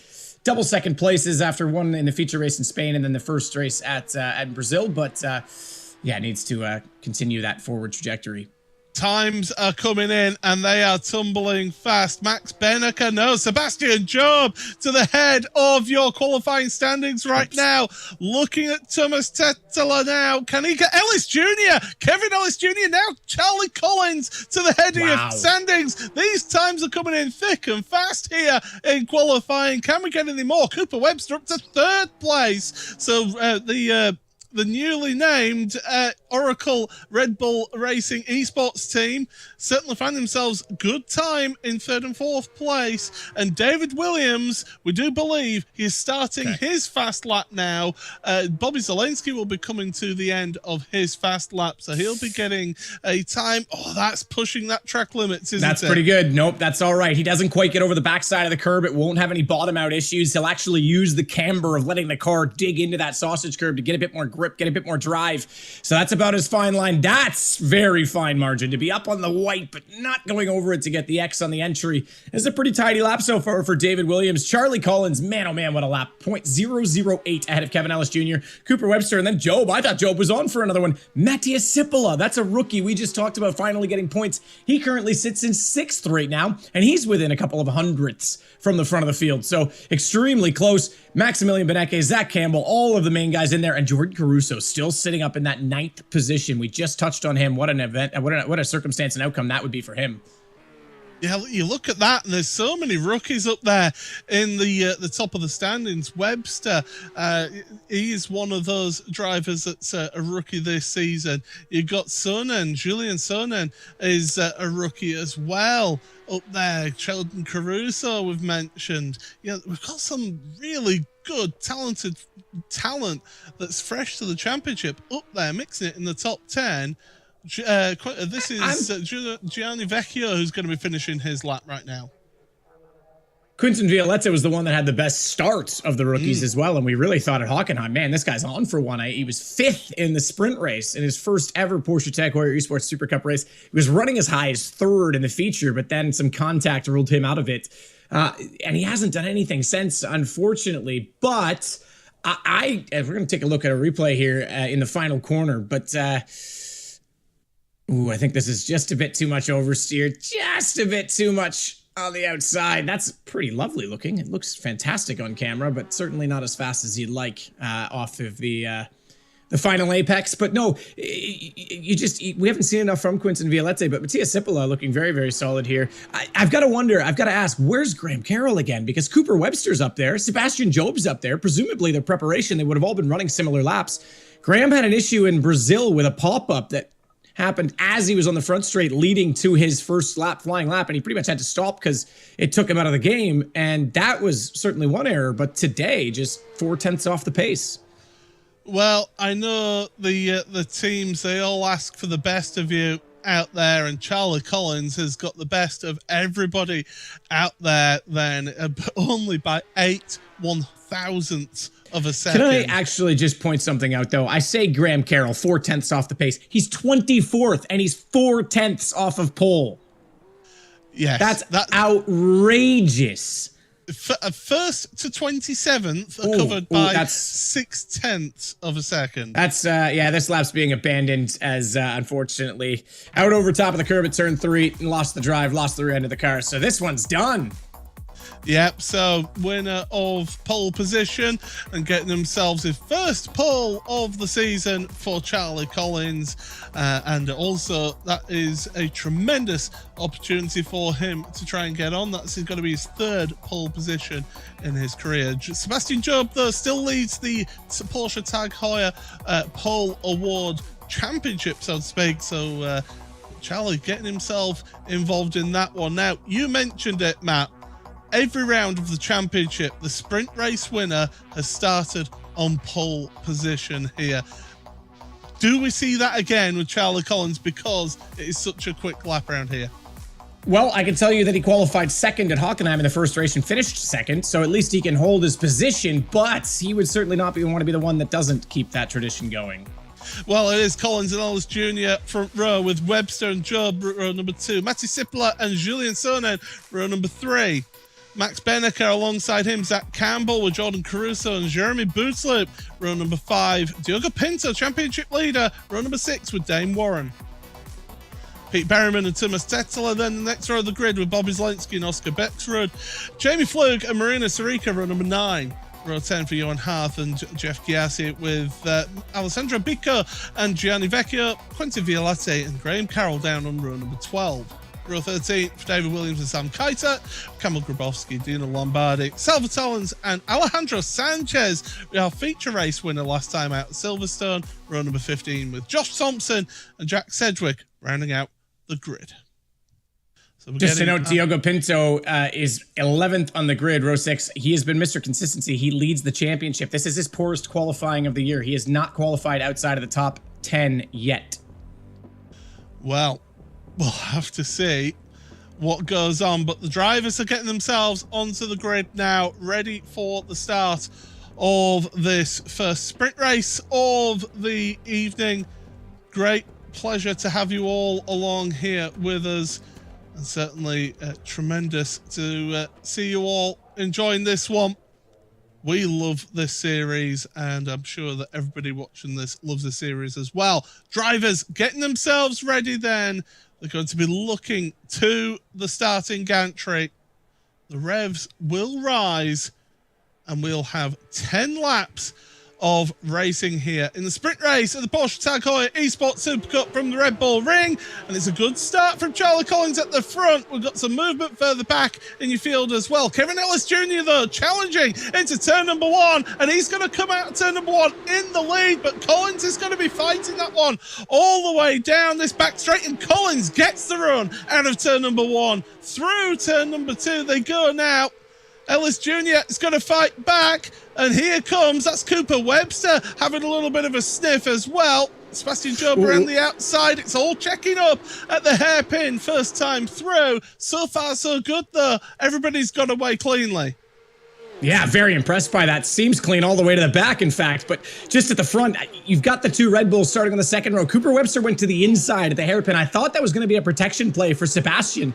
But Sebastian's got another rookie who's eager for points right behind him. Mattia Cipolo is taking absolutely no prisoners. He dove straight up the inside of Sebastian and forces him offline. That's going to make things a bit awkward. And they're still side by side. Now we're going to have contact. I think that's Bootaloo that's gone. Yes, he's going down the order, tumbling his way to the back of the field.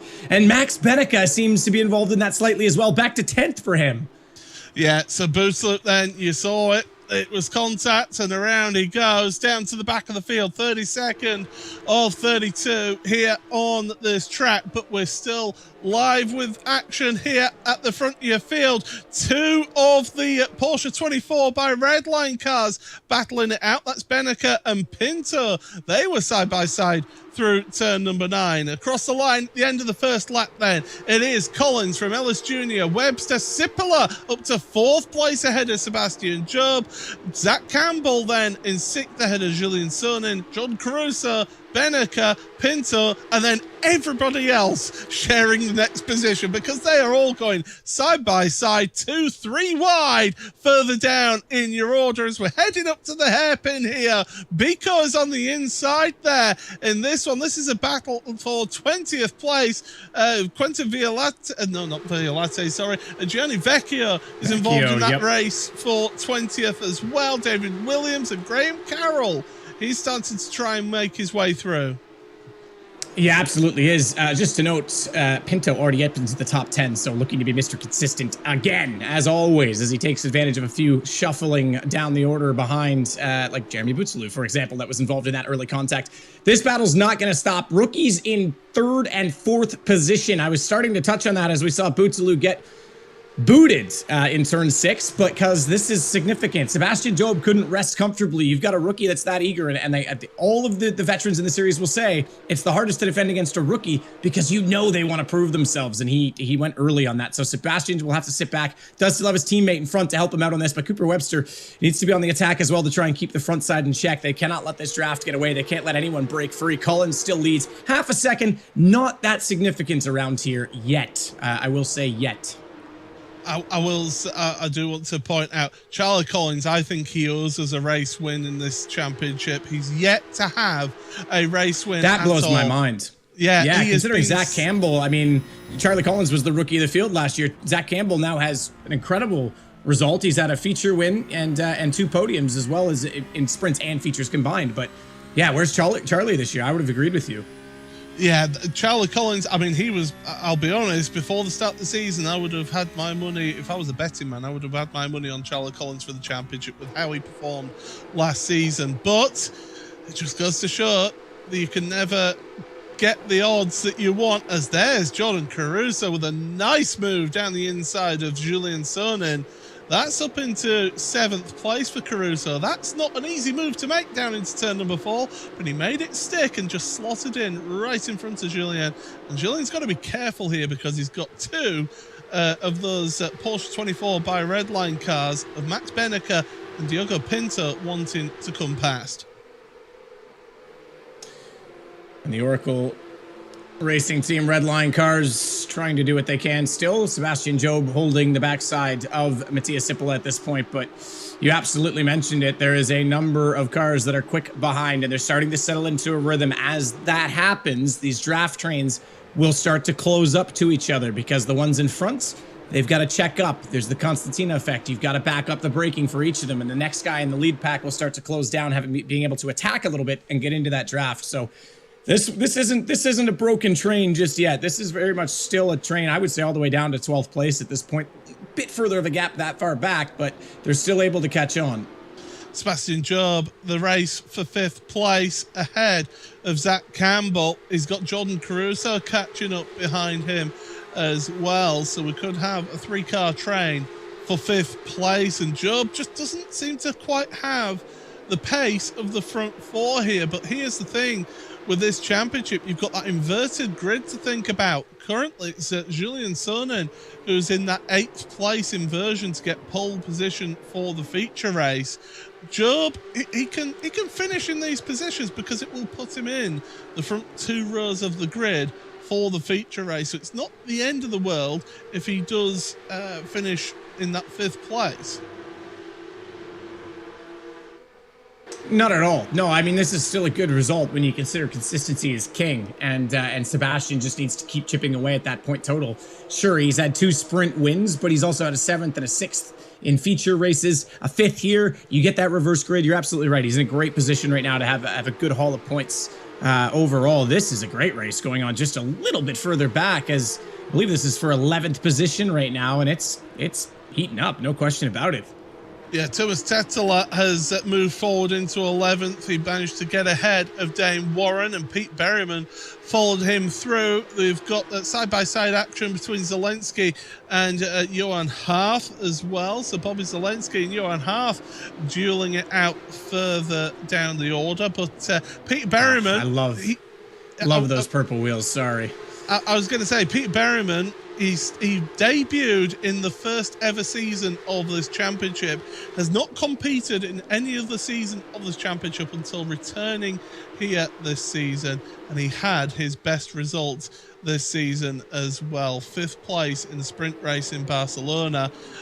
He's been a bit sort of hit and miss with that speed, but he's getting back to speed with driving in this championship in these packs. He is, yeah. No, I love the Apex liveries with their inset wheel color, the very high gloss, high floral. You can see that Kevin Ellis Jr.'s car as well, the lighter blue as opposed to the purple that we saw further back in the field on Peter Berryman's. Perhaps that's appropriate. A grape is kind of a berry. Purple, kind of just smile and nod, Paul. We'll go along with that one. But no, there's a lot to talk about in terms of Thomas Tettler, because as I said, qualified 4th in the last round, and it was something he desperately needed to get those points, and then couldn't get on the grid, had a technical issue. He was the first car to join the grid today. I just want to point that out. The second qualifying was over, and anyone who iRaces, and if you don't, you should, as soon as qualifying ends, it switches to the top. It says grid, and it counts down until the race is going green, whether you're on the grid or not. The second it went grid, he was on the grid today. He clicked it right away just to make sure he wasn't going to have any issues. So, certainly aware. Oh, there is a little bit of a race going on for 9th place, I can tell you, as we look at Johan Haaf and Bobby Zelensky there. But Benneker and Pinto were switching places on the timing tower on the left-hand side of your screen there. So certainly you can see whenever those drivers switch, you can see them move up and down on that timing tower to keep up to date with all that's going on in this race. as we're heading on. But everybody seems to have got themselves into a rhythm now. They're into a little bit of a flow, and we'll certainly see how things go. The Vodafone replay, though, let's have a look. This is Josh Thompson and Oscar Bixrud into the final corner. Through they go, and that's a bit of a elbows out moment. And Bixrud comes back across. Josh Thompson and Jeremy Bootloop is the innocent party of that one. He's had contact twice this race, and neither of them really his fault. That's just so unfortunate for Jeremy, who's having a great season. We've been talking about this retiring from full-time professional sim racing at the end of the season. He sits 6th in the championship. That's just, Josh Thompson, that's not ideal either. Well, the driver's heading up forward, and you have to feel both Jeremy Bootloop and Josh Thompson out of this race. Josh Thompson will be disappointed with that after getting a couple of good results last time out at Silverstone. But worth looking up at the front of your field. Collins and Ellis Jr., just 0.4 of a second between them two. And then you've got two rookies here, Cooper Webster and Matty Sipola, 3rd and 4th place. And, Sipola certainly doing a good job so far. As you mentioned, he got, 10th place in the feature race last time out at Silverstone. And he really seems to have got to the pace of this car now, Matt. Yeah, absolutely. He's well, I mean, we say that. It's 2 rounds. Maybe something changed in his philosophy, his approach to practice. Maybe qualifying has just suddenly become a massive improvement for him. Whatever it is working. If we go 3 for 3, I'm going to say absolutely he's found some pace. Not denying that he hasn't, but, again, I want to see it be a more regular thing, I think. No, I don't, not to take anything away from today. This is phenomenal for him. We said top 10. He got his 10th place in the last round. That was his best result. Well, he's about to cut that in half again. Now, in fact, better than that, he's in 4th, not 5th. So very solid. And as I said, got very aggressive off the start. Knew that he could make a move at the start when everyone was checking up. And who did he go by? None other than a former series champion in Sebastian Job. Yeah, absolutely. Not just 2 rookies in the top 4, but it's 4 rookies in the top 10. So Caruso and Sonnen as well. Caruso's Return of the rookie. Yeah, return of the rookies, absolutely.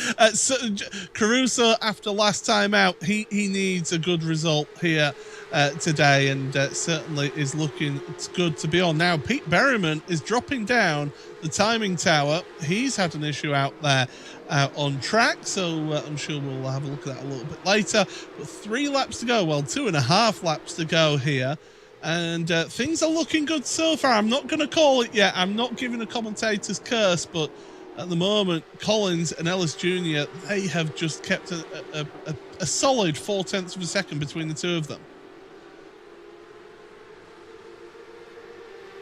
Pretty standard in this regard. I mean, we know, again, that the circuit, if you look at it, is essentially 3 sides of a square with an infield. That means there's 3 long straightaways, and we know the draft is extremely powerful here. Another hip check out of the hairpin. Look, unfortunate for Peter Berryman. That's what you were mentioning, that he was tumbling down the order. Those beautiful purple wheels getting a little scratched up, I think, on that one. But it's a tough spot, that hairpin. It's such a tight entry to it. There's a camber change in the middle of it. It's blind as it kind of curls away to the outside, and it's very common in iRacing to see people get together there. Very common in real life to get to there. As you mentioned, Paul, we've seen people have to take to the escape road and over the curb just to not get hit in that situation. Absolutely. Dame Warren throwing a monkey wrench into that one, that is for sure. And Peter Berryman does stay in the points. He is in 20th place, the last points paying position here in this sprint race. But here we're on board with Cooper Webster. Now, Cooper, does he sit here? Does he get himself a good result, or does he start trying to move forward in this one? Because we've got a lap and a half to go here, and Collins and Ellis Jr., they've just happily sat there between them two. Ellis Jr. has not made any attempts to overtake at the moment here, Matt. So we're looking like we may go 5 from 5 for pole and sprint race wins. I completely lost track of that storyline and that narrative, because you're absolutely right. We are looking like that is a possibility. There's just so much going on further down the order that we've almost forgotten about poor Charlie Collins out there. It's one of those, curses in racing that, if you're doing so well and you're leading and there's nothing going on up there, you actually get less attention and less camera time, because why do we need to keep our eye on you? But yeah, standard as he goes is right now. And I mentioned It was 4/10 at the time. It's 4/10 actually, 4.8 this time at the line, or excuse me, 0.48 this time at the line. I said it wasn't that big of a gap yet earlier because with that many laps left over, he's going to be using up his tires more. There's a good amount of drafting going on behind. Well, now with the final lap, it's a huge amount. We've got drama, Paul. Yeah, Dino Lombardi, black flag, got a drive-through penalty at the start of the final lap. So Lombardi further down has had issues. So it's showing that the instant point limit, I mean, it was a big talking point at Hockenheim. It could be a big talking point here today, especially for that feature race, which is double the length of this race as well. But Collins has got a bit more of a gap at the front. Bit more of a gap and a bit more attack from Cooper Webster heading down into turn 4 that time. Just ever closer on the brakes. Not many overtaking, opportunities left from here at the end of the lap, though. Most of them come at turn 1, 3, and 4. You really need to get a run through the middle section if you want any chance of somehow getting it done in the final corner, and you almost need the car in front to run wide. So Ellis Jr., pending that happening, should be in for a second place here, but Charlie Collins is gone, and he will absolutely keep it going. 5 from 5 on pole sitters. Well, Collins has got 2 more corners to go here then, and he's got 1 more corner to go now. Don't go too far wide. Don't pick yourself up a slow down penalty, Charlie. Oh, he was pushing the limits there, but he's going to come across the line then, and he's going to take victory for the first time in the championship. It's a sprint race win for Charlie Collins, his first win, as I say, in the Porsche Tag Heuer Esports Super Cup. Show a bit of emotion, Charlie. That's your first ever win in the series, but it's all in the day's work for him. That is for sure. Kevin Ellis Jr. finishing in second place ahead of Cooper Webster. What a debut season it is for Cooper. That's his first podium position in the championship. Yeah, that's a tremendous result, and what a good job from Matthias Cipolla, Cooper Webster. I mean, we know Webster's had the pace. He's shown that. Cipolla, this is a big improvement, as you say. See more of that, but Charlie Collins, I would have expected more emotion too. Maybe he's just thinking, yeah, it's about time. Yeah, it's all in the day's work for him, that first win. He'll want to get more wins under his belt. As I say, Kevin Ellis Jr. and Cooper Webster. Webster with his first podium in the championship. Cipolla, Job, Campbell, Caruso, Sonnen will get the reverse grid pole position. Diogo Pinto, championship leader, 9th place ahead of his teammate Max Benneker. Thomas Tetteler ahead of Dave Warrenwood, Jamie Fluke, and Johan Half. Bobby Zelensky, Marina Sarika, Chiasi, Vecchio, Beaker, and then the rest of your field showing on screen. Salva Talons and the others did not finish the race. And well, Sadekist, why don't you take it away with our race winner? Absolutely. My pleasure to do so, because it is his first race win. And it's interesting, Charlie, that Paul and I were talking during this race, you know, after the incredible rookie season you had last year, we honestly thought this potentially could have happened a lot sooner. So you must be relieved to finally get the first win on the board. Yeah, relieved and surprised actually for how qualifying went. I came across the line, I was quite disappointed actually, and saw it just got pole. So quite a nice surprise actually, and yeah, just control the race. But yeah, I've been pretty happy with that, and it's gonna be tough for the feature though. Yeah, reverse grid, obviously, you'll drop back to 8th position on the start, but getting that first win, as we say, you're 10th in the championship. Last year, you had a tremendous rookie season. Without some of the guys, you know, Mitchell DeYoung, Josh Rogers, that you were sort of working with and getting mentored by, did you think maybe there was is there more pressure this year, perhaps? Is there more eyes on you within the VRS squad? I guess, yeah. I mean, I think a lot of people last year kind of already looked towards Josh so you could kind of race, you know, with a bit less pressure on. But I mean, it's not the end of the world for me. I think it hasn't gone great this season, but you know, to get the first win, I'm really happy, and I think it shows that if we just carry on like this, we can get some more. Yeah, and it's your 3rd podium overall as well, so consistency starting to stack up, no question about it. That's a great result and a pretty comfy win, like you say, half a second pretty much the entire time. So congrats on getting the first win, and good job for the points today. Cheers, guys. Thank you. Well, there we go. There you go. Yeah, that is Charlie Collins. Here's a look at what happened in that first race. I mean, it was a really exciting opening lap. I thought Kevin Ellis Jr. had got the move done at turn 1, but Collins able to come back on that run on the outside. And then, I mean, generally, overall, the standard of racing is just upper level this season, isn't it? Yeah, look, Yes and no. I think the competitiveness of the championship is up. I think that the qualifying is a bit more of a lottery. Josh is a one-hit wonder in the most incredible way. Unlike a musical artist, a one-hit wonder, I mean, one-lap wonder. He's absolutely incredible in qualifying. He's tough to beat. This year, it's far more open. We've seen more inconsistency. I will say that Spain and Brazil both brought a little bit too much drama, particularly in Spain. But since then, we've had incredible standards. Yes, and I think the last couple of races have been very, very good, Paul. Well, this is the venue where we are racing. It is the Red Bull Ring in Spielberg, Austria. It's at 677 or 2,221 feet above sea level, 4.3 kilometers, 2.6 miles, 10 turns, 65 meters, the difference between the lowest point and the highest point of the track here. And it's certainly produced some sensational racing so far this evening, either with our All-Stars or in that opening sprint race of the Porsche Tag Heuer Esports Supercup. Second race, let's have a look before the second race at the updated point standings here, because Zach Campbell now has caught up 3 points in the championship with Diogo Pinto, so that's now 17 points is that gap. Kevin Ellis Jr. third place, and Sebastian Job 43 points back still, so Job closing that gap as well.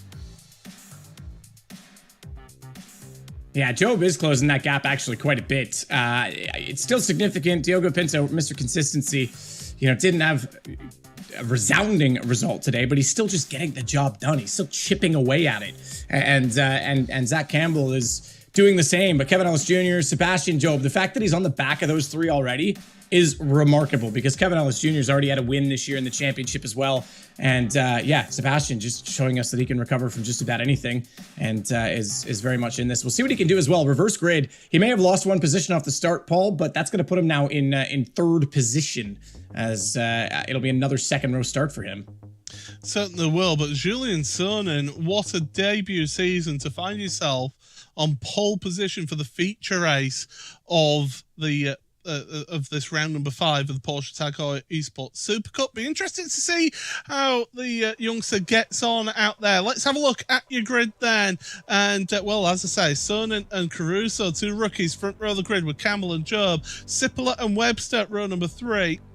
Row number 4, Ellis Jr. and Charlie Collins, his sprint race winner. And then everybody else is where they finished on the grid. So Pinto, championship leader, 9th place for him. Dane Warren, run number 6, our opening sprint race winner from the Hockenheim Ring. Further down the order as well. Gianni Vecchio, he'll be wanting to move forward in this grid. Beaker and Berryman, who dropped down the order after contact at the hairpin. Graham Carroll, well, he'll want to move forward, definitely. He's not having a good day here today. Quentin Violette down on row number 15 with Salva Talons. And the final 2 spots, Jeremy Bootsloop and Josh Thompson. Revs are raised, and we are set for the feature race here in the Porsche Tag Heuer Esports Supercup.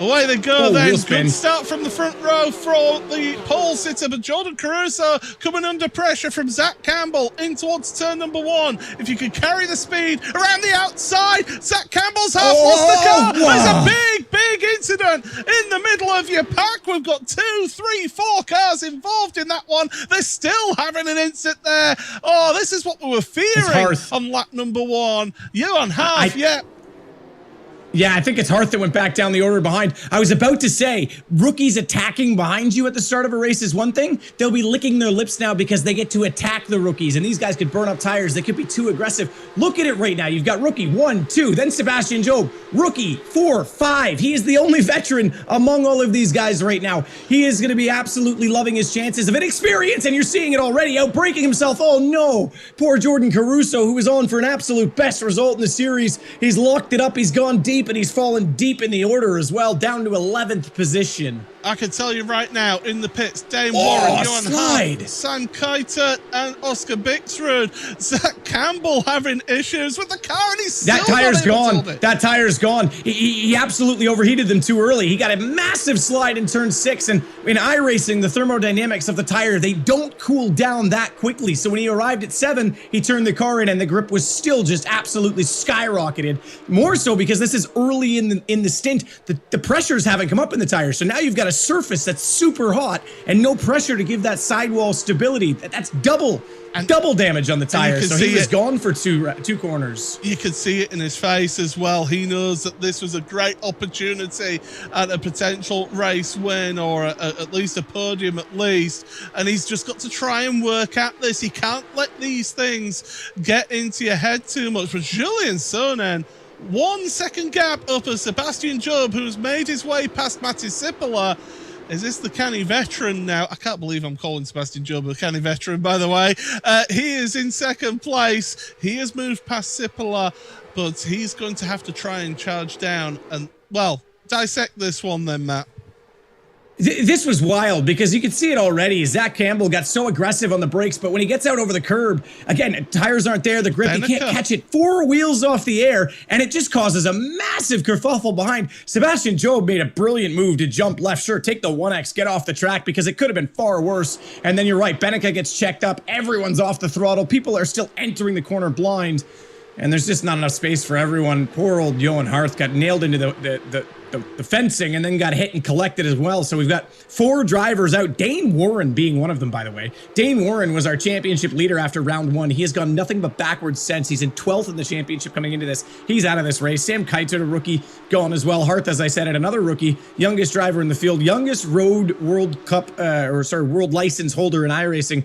Oscar Biscarud is out of this one too. So unfortunate for all those guys. But yeah, that all started just by Zach Campbell getting deep, and look at how it's gone since then. Those tires, man, he has been, you mentioned it, you could see how frustrated he was on camera. I would be too. He makes the mistake in turn 1. He gets a little bit too optimistic, a little bit too hopeful with the grip in turn 6, and it cost him again at turn 7. And right now he's back to 20th place after looking at 2nd in the first corner. I'll tell you who's not getting it all his own way, Sebastian Job, because Matti Sipola is sitting there with him. He's got Cooper Webster behind him, and then you look at it, Ellis Jr. and Charlie Collins, the guys who finished 2nd and 1st, respectively, in the sprint race, are now in 5th and 6th place here, as we're going to have a look at another replay. Kamil Grabowski, and this is Jeremy Bootslip. Bootslip making a move. Oh no, he's had a rough day today. He really has. Hit twice by no fault of his own in the first race. That one was a bit on him, I think, sticking it in late, trying to undercut mid-corner while the apex is already being argued for. Yeah, unfortunately, that Valentine's not going to go through. The apex picked another one in that category, I think, so he'll have to sit back at this point. Last place of the running cars, 28th. Weekend to forget. Well, I mean, Jeremy Bootslip has not had a good couple of rounds now. He is Salva Talons, one of the drivers who did not finish that first race, trying to go around the outside of Campbell. Campbell. Yeah, I do want to see another angle of that one. That one, it's tough Campbell to tell because he was having an issue, wasn't he? Mid-corner. He looked like he was already in a bit of a slide. He did look like he was already in a bit of a slide. Now, that doesn't excuse the fact that, yeah, he punted another driver, but it didn't look as intentional or as nefarious as maybe that looked from that angle. I'd like to see maybe even an onboard, because I think potentially he was in the middle of an oversteer moment. Move from Charlie Collins. Yeah, I think we're going to get it right now, Paul, actually. Yeah, let's have a look then. And I mean, this is it. So here it is in front of us. Yeah, so this will give us a good look. Watch the inside car right here. I think now he starts to get loose. Yeah, unfortunate. He's just struggling for grip, is he? I mean, he's just killed those tires too early. Yeah. And that will happen on a real tire. If you absolutely roast a slick tire early in the stint, you will hurt the carcass and you will not get it to pressurize and grip correctly. It will fall off in the stint. So he is having trouble getting those to manage. And the problem is he has to slow it down and cool them down to even have a chance at getting them back into the working range. And as he does that, there's so many competitive drivers. Remember, it was 4/10 between 24 positions on the grid. They're just steamrolling by him. So unfortunately, yeah, he just gets an oversteer moment. It's just a race to forget for Zach.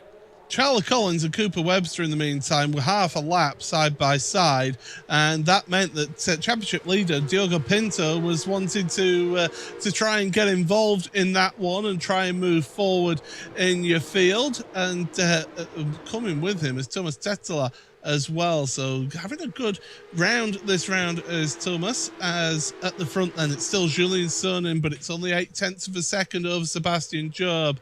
Then it's Matti Sipola, Cooper Webster, Kevin Ellis Jr., Charlie Collins, Pinto, Tetler, Caruso, who's recovered a little bit, up into 9th place, and Jamie Fluke in 10th place. But this is Julian Sonin right now that we're on board with. And looking back at the 2020 champion, Sebastian Job, if somebody knows how to win a championship and to grind out results, it is Sebastian. Surprisingly, the draft hasn't been nearly as powerful as I would have thought today. I mean, I know there's a train of cars behind that are getting in a tow right now, but Soinen's not, and Sebastian's not closed this down. I mean, we saw Charlie Collins having a 4/10 gap for the entire first race.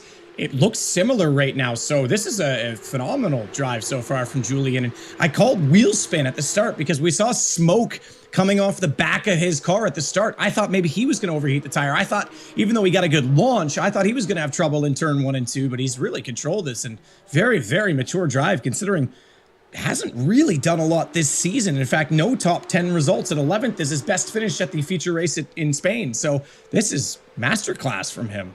Oh, there's you can see Sipola in 3rd place is keeping the pressure on Sebastian Job as well. So Job can't afford to relax at all in all of this because he has got that youngster of Matti Sipola, the rookie, with that rookie banner on his car. You can see it. 3 of your top 5, all rookies. And it's on the Job and Ellis Jr., who's in 5th place, that are not the rookies out of them. So the rookies are coming good this time at the Red Bull Ring here in the Porsche Tag Heuer Esports Supercup, round number 5 of the championship. After this race, we will be at the halfway point of the series, and we'll have a good look at those championship standings when we get to the end of this broadcast to give you that look at the halfway point to see who's really standing out in all of this. I can tell you who's standing out points-wise right now in this race, despite that Soinen's leading this one, is Sebastian Job, because you've got Soinen, who's not really a factor in the championship, taking the first place points. Diogo Pinto, who's leading it back in 7th. Charlie Collins is further down than he is. Cooper Webster, you could say, is getting a great point score total too, but it's Job that needs a big weekend over the rest, and all the rest are down the order. Zach Campbell, 2nd place in the championship. Abysmal race. I'm not even sure where he is still at this point. 25th, the last point playing position. Jamie Fluke, not really in this right now either. And obviously, yeah, this is a big day for Sebastian Job. I shouldn't say Jamie's not in it. He's in 10th, but again, that's a big discrepancy. So Sebastian's having a laugh right now. I will say Jamie Fluke is the nicest guy in all of sim racing. I will stand by that. From my interactions with I thought Jamie. you were the nicest guy in all of sim racing, Paul. No, Jamie's far nicer than me, trust me. Not on the track. On the track, he races you hard. He races you fair, but he races you hard. But look at this race then. 7th place is under pressure at the moment because Pinto has got Thomas Tetler, who's been a bit of a shadow to Pinto all race, hasn't he? He's there in 8th place as Thomas. Getting a good look at him, and nice use of the potted plant in the background. Help aerate that room and really help keep the room nice and fresh. Yeah, it's like the oxygen intake for those people that do like Pikes Peak when they get so high in the altitude they need to continue to think straight. He's just got a plant to help them stay focused. I like the idea. Maybe I'll get some of those for the LMP2. Sorry about that. Just bad memories coming up there. He won't let it lie, that's for sure. I'm just having fun. Look, it's all fun at the end of the day. In my case, for these guys, it's a little more than fun. It's pretty serious. Yeah, this is absolutely serious out there for these drivers. I mean, Thomas Tetler right now in the championship, I mean, he's not had the best of season so far. 17th coming into this round of the championships. Again, another good points haul for somebody who's maybe not had the best of starts to this championship. And, well, we're seeing it here today. I said before we started qualifying, this track, it has a real chance of mixing things up and giving us a strange result. And so far, so good. Things are getting mixed up here at the front. Yeah, very, very, very much so. This is, revenge of the rookies, return of the rookies. the Red Bull Ring of the rookies. I don't know what you want to call it, but yeah, this is a huge showing. We're seeing a lot of these trains together, but not this close to the front with the White Wings. That said, I do have to talk to someone who's had a very good season so far, super consistent throughout. Fortunately, feature race at Silverstone, not so much, but today, Jeremy, not your day. First race, you got taken out twice, no fault of your own, and then the feature just didn't go your way. You were so far back down in the order. Talk us through it from your perspective. Hey, yeah, one of those days, I guess. The sprint had started rather okay, but yeah, then I got hit. Nothing I could do about it, and yeah, sent me back the order. Couldn't really make any positions. I know that if you're not up front, it's crazy back there, and especially on this track where everyone can really follow each other pretty easily. So yeah, sprint wasn't really good. Didn't have much to lose for the future, so I was like, well, let's go and see what happens. But yeah, sadly, starting from the back, yeah, it's kind of hard to avoid those big pileups. Yeah, did my best, but was at the wrong place, the wrong time, and yeah, I got some damage. And even if the car was okay, I got disqualified because I had to go to the pit. So yeah, not ideal. Not ideal. Not ideal at all, as we see Diego Pinto making a move on Charlie Collins, significant for the championship leader. But from your perspective, Jeremy, Paul's touched on this, and we've talked about it a number of times on broadcast. You're still a young man, but you've announced that this year is potentially the last year for you as a full-time pro sim driver. You've had great results. Any chance you'll reconsider, or what are your thoughts? And maybe talk us through a bit of that for everyone. It's been like a big thinking process before the season, and yeah, basically in my mind it's pretty clear. For me, it's my last season no matter what, and I was actually kind of happy that it went that well in the first few rounds because I wasn't really expecting it. And since round 3, I have a bit less time to practice, which sadly corresponds a bit to results not being that great. Although I think sometimes it was just bad luck. But yeah, as much as I enjoy, racing at the top level, and just being on the grid, because PESC is one of the most competitive series out there in sim racing. Yeah, I really think it's going to be my last one, and I need to move on, not from sim racing, but move on from competitive sim racing. Very cool. Well, yeah, it's great to hear it from your mouth because you've been around for a while, you've done a lot, and no doubt you have a lot of respect within the scene. So glad to hear you're not moving on entirely from sim racing, and bad luck today. Thanks for that. So let's have a look then at what is going on here in this race, because Sebastian Job has caught up that lead now. Julien Sonnen, who's led all the way from the green flag so far, is now just 2-3 tenths of a second ahead of Sebastian Job in second place. Matty Sipler, third place ahead of Cooper Webster and Kevin Ellis Jr. That's 3 rookie drivers in the top 5 of the standings. We saw, as Sadikis pointed out, that Diogo Pinto made the move on Charlie Collins, and that is crucial for him to get those extra championship points. Timo Tettler, 8th ahead of Jordan Caruso, another one of your rookies in 9th place, and Jamie Fluke rounding out your top 10. But this is going to be an interesting one, and why don't we give you a little bit of a buzz sound lap?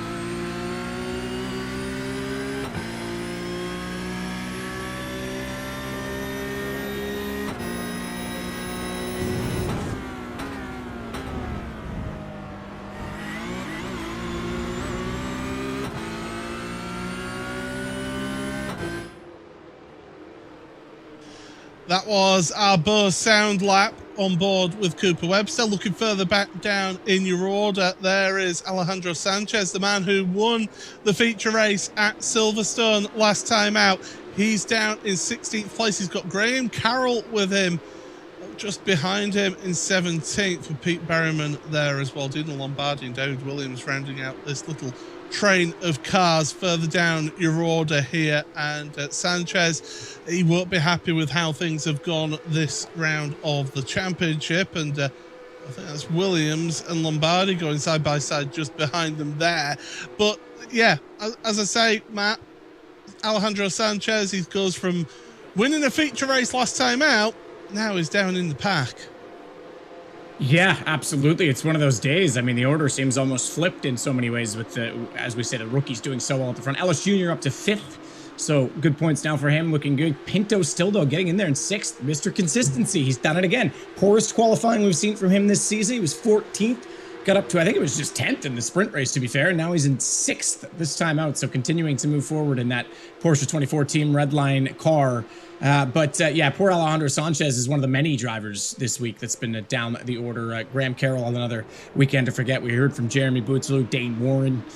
Not his best weekend out, unfortunately. So yeah, there's some big names back there, not least of which, by the way, Max Benica is in 23rd right now after that early spin. That was as a result of the avoiding action of the turn 1 incident. Yeah, not going well. Pinto looking at Kevin Ellis Jr. looking for 5th place is Pinto, and he's got ahead. So Pinto ahead of one of his championship contenders in Kevin Ellis Jr. This is turning out to be a really good round for Diogo right now. So up to 5th place in this race, started in 9th. And well, he's certainly enjoying himself out there today, +4 positions for him. And Pinto, there you see him, just focused. Just look at his next target and saying, right, Cooper Webster, I'm coming for you. I want your points.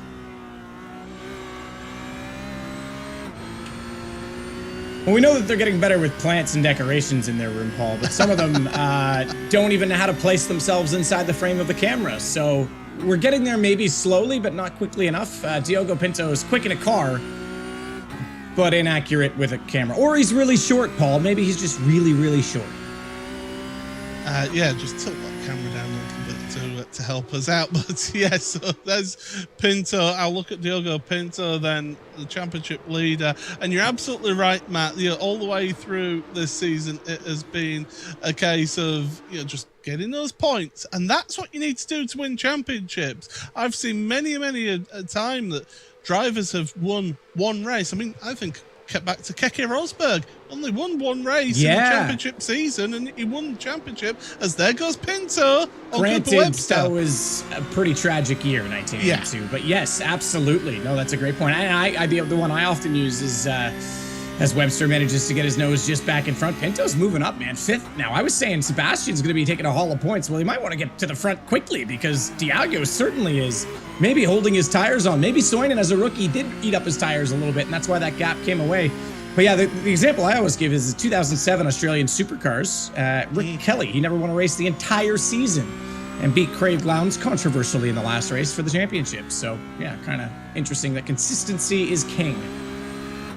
It certainly is, and right now, Diogo Pinto is showing that he is trying to put on a championship charge, and well, he did compete around this track in the Porsche Esports Carrera Cup Deutschland last year against his teammate Maximilian Benecker.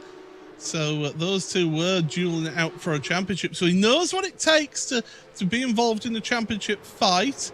Okay, not at this level, at the Porsche Sakura Esports Supercup level, but certainly can get involved in championship fights. But looking at this race, the race for the lead, if you're Sebastian Job, you're seeing, and I'm sure you're getting told, in fact, he's got it, yep. Here he is, around the outside. Can he get that move stuck against Sonnen? Sonnen tries to squeeze him as they come out the corner. Here's Matti Sippola. Now, if you're Sippola, you sit to the inside here if you're him. You try and follow Sonnen and all of this. try and get a jump over Sebastian Job. Job to the outside. If he can hang it out around turn 4 and 5, he's got the inside for 6. Again, look at that, inches between them. But this crucially, is gonna be tight. Job has that overlap there into 6. And 7 is the inside line for him as well. But again, Sonnen able to hang on to it. Job, oh my goodness. Wow. Almost contact At 7, between the them. outside? And There was contact. That's crazy. Sippela's going to have a look, as you say, because this is going to put Job on the AstroTurf. Oh, this is getting closer. Pinto's getting involved in all of this with Cooper Webster as well. Business is picked up here, and it is getting real exciting. And there is Pinto into frame, into shot. Kevin Ellis Jr. now. Oh, that's an aggressive defense from Pinto on the exit of the final corner. Well, Ellis Jr. won't like that at all, and the Scotsman won't be afraid to tell him what he thinks of that. Meanwhile, Charlie Collins is getting involved.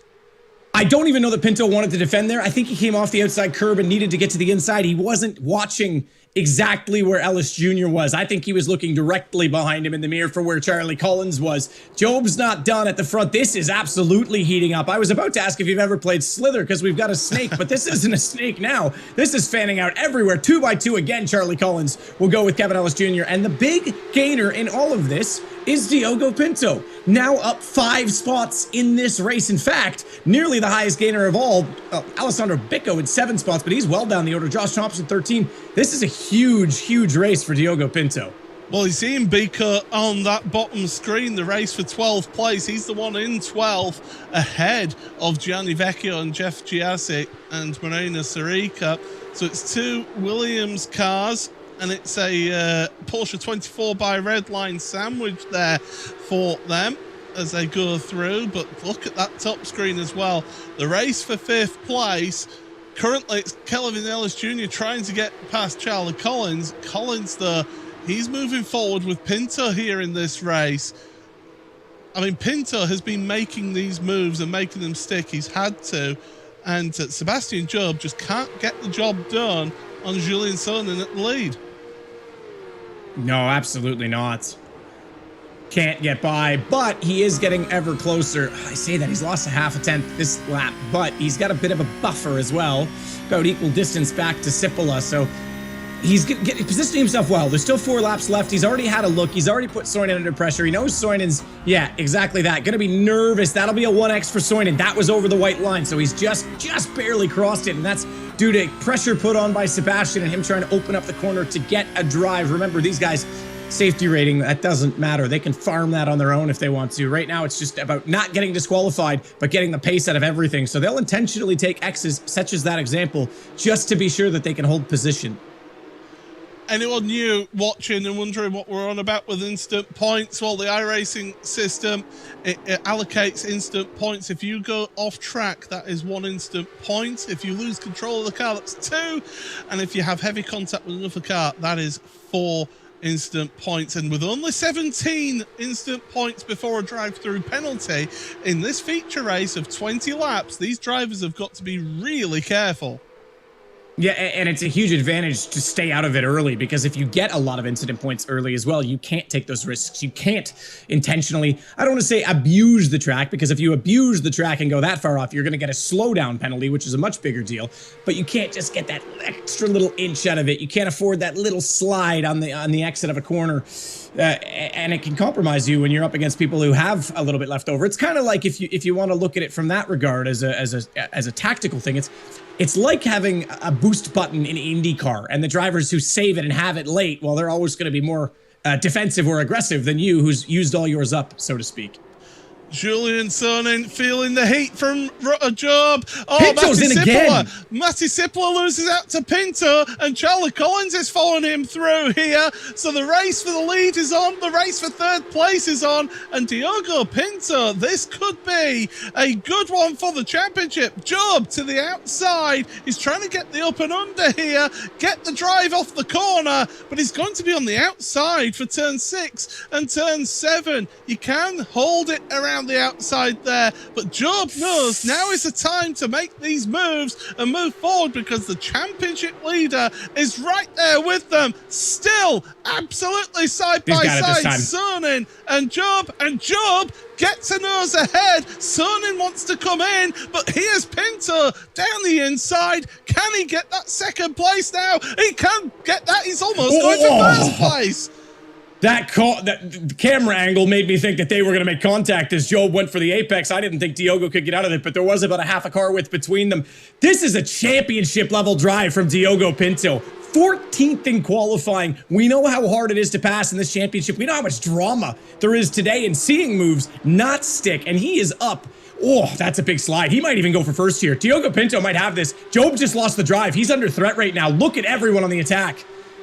Pinto has got the bit between his teeth. He can sense a race win here today. Job, though, coming back across, trying to be defensive. Pinto to the outside. He can get the drive out the corner. We've seen this all evening here today. Job, Pinto, absolutely neck and neck as they're heading down. He can hold this, though. Number 4. Job knows he can hold this. Soinen did it to him, and last time around he went to the outside knowing that he could make it stick. That's how he got to the lead. So if, he's actually going to drive him out. That's exactly right. I would have done exactly that. Put him as absolutely as limiting on the edge of the track without putting him off as possible. Make him be nervous to get on the throttle. Make him have to get out of it and not push him off. But Job knows he can hold this. This is exactly what I was talking about. If he gets to the outside, he gets the 7 switchback momentum. He can pinch him. That's actually quite good defensive driving from Sebastian Job off of turn 4. Left it to an absolutely thin margin, but exactly what he has to do to limit Diogo's run. Well, it's all going to come down to the final lap of the race. Look at the queue of traffic behind Sebastian Job right now. That goes all the way down to 10th place. First to 10th and across the line as quick as that. The white flag is out. There's Job. There's Pinto on your screen. And well, the race for first is on. It's all about the drive out of turn number 1. Get the slipstream, get the draft. Job weaving. He's got to be careful not to do that too much down the straight, or else he will get accosted by the stewards into the braking zone for 2. We've seen the move around the outside work well all evening. Pinto runs wide off the curb. This is going to allow Julien Sonin now to come alongside. He wants a second place. He wants his best ever result. And look at Job. The rubbing doors. Job giving the slipstream to Sonin. Sonin now trying to get to the inside. Can he hold on to it? Pinto. He's not squeezed Pinto like Job did. And he's now trying to have a look at the lead. This is absolutely sensational. Last lap of the Porsche Tag Heuer Esports Supercup. Matty Sippler's run wide further back, but forget about that because Pinto, he wants second place. Julien Sonin, who led most of this race. Contact between the two of them. Big moment. Charlie Collins could get involved in all of this. He does. He's up to 3rd place in this one. But Sebastian Job, he doesn't care. He's at the front of the field right now. He's just got one more corner to go around. And look at the grin. Look at the smile. He's delighted. He gets a feature race win here this season. His first of the season after getting 2 sprint race wins the last 2 rounds. Diogo Pinto, 2nd place ahead of Charlie Collins. My goodness, what a race that was. That was incredible. You nailed it as well, because Sebastian Job would have been loving that Soinen was able to get his nose inside of Pinto, and he gave him the slipstream. He wasn't defending on the inside, going down the straight to 4. He was pulling over to slip Soinen in so that he could use him as his defense against Diogo Pinto, who still manages, to be fair, a bit unfortunate, great racing. Soinen gets shuffled out, will lose out on his first podium, but that's not the last we've seen of him. That was a phenomenal effort from him. 6th place in the end.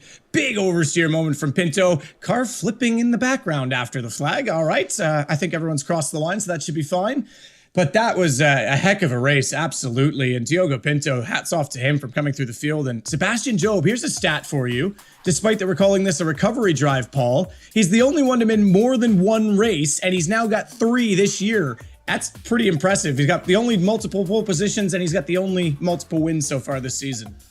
Well, this is the Buzz post-race show, and Sebastian Job takes the victory by 0.7 of a second. That gap does not show the battle that went on and the effort that went on in that particular race for the victory. Diogo Pinto, though, really crucial for his championship lead to finish in second place, ahead of Charlie Collins, who got the sprint race win here today, his first ever win in the championship, finishes third place in the feature. Kevin Ellis Jr. able to head out Matti Sipola and Julian Sonin, both of those drivers with their best ever results here in this championship, 5th and 6th, ahead of Cooper Webster, again another one of those rookies with a really good result. Thomas Tetela, Jordan Caruso and Jamie Fluke.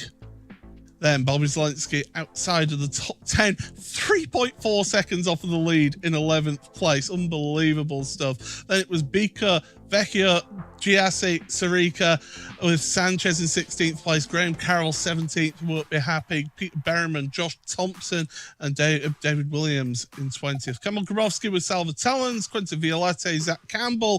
Oh, what it was for Zach Campbell, I don't know, but he finishes 24th in the end, ahead of Max Benecke in 25th. Well, Matt, take it away with our race winner. Yeah, someone I'm getting quite familiar with talking to in these last few weeks. Another win for you, Sebastian. This time not with a pole position, and this time it's a feature. You're the only one to win more than one race, feature, or sprint this season. It's starting to look better for you, isn't it?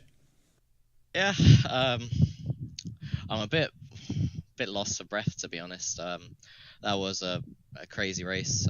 Yeah, very glad to get a feature win. The way it was going, I was thinking I wasn't going to get one because it's just always the sprint win and then starting P8, and you just can't make it forward from there. But luckily, my qualifying pace wasn't as strong this week, so I started a bit further back, and that, well, as you saw in the race, it was a bit chaotic, and that just kind of played into my hands. I'm not sure my race pace was actually that good. It took me a long time to catch up and overtake, and it was a real big struggle.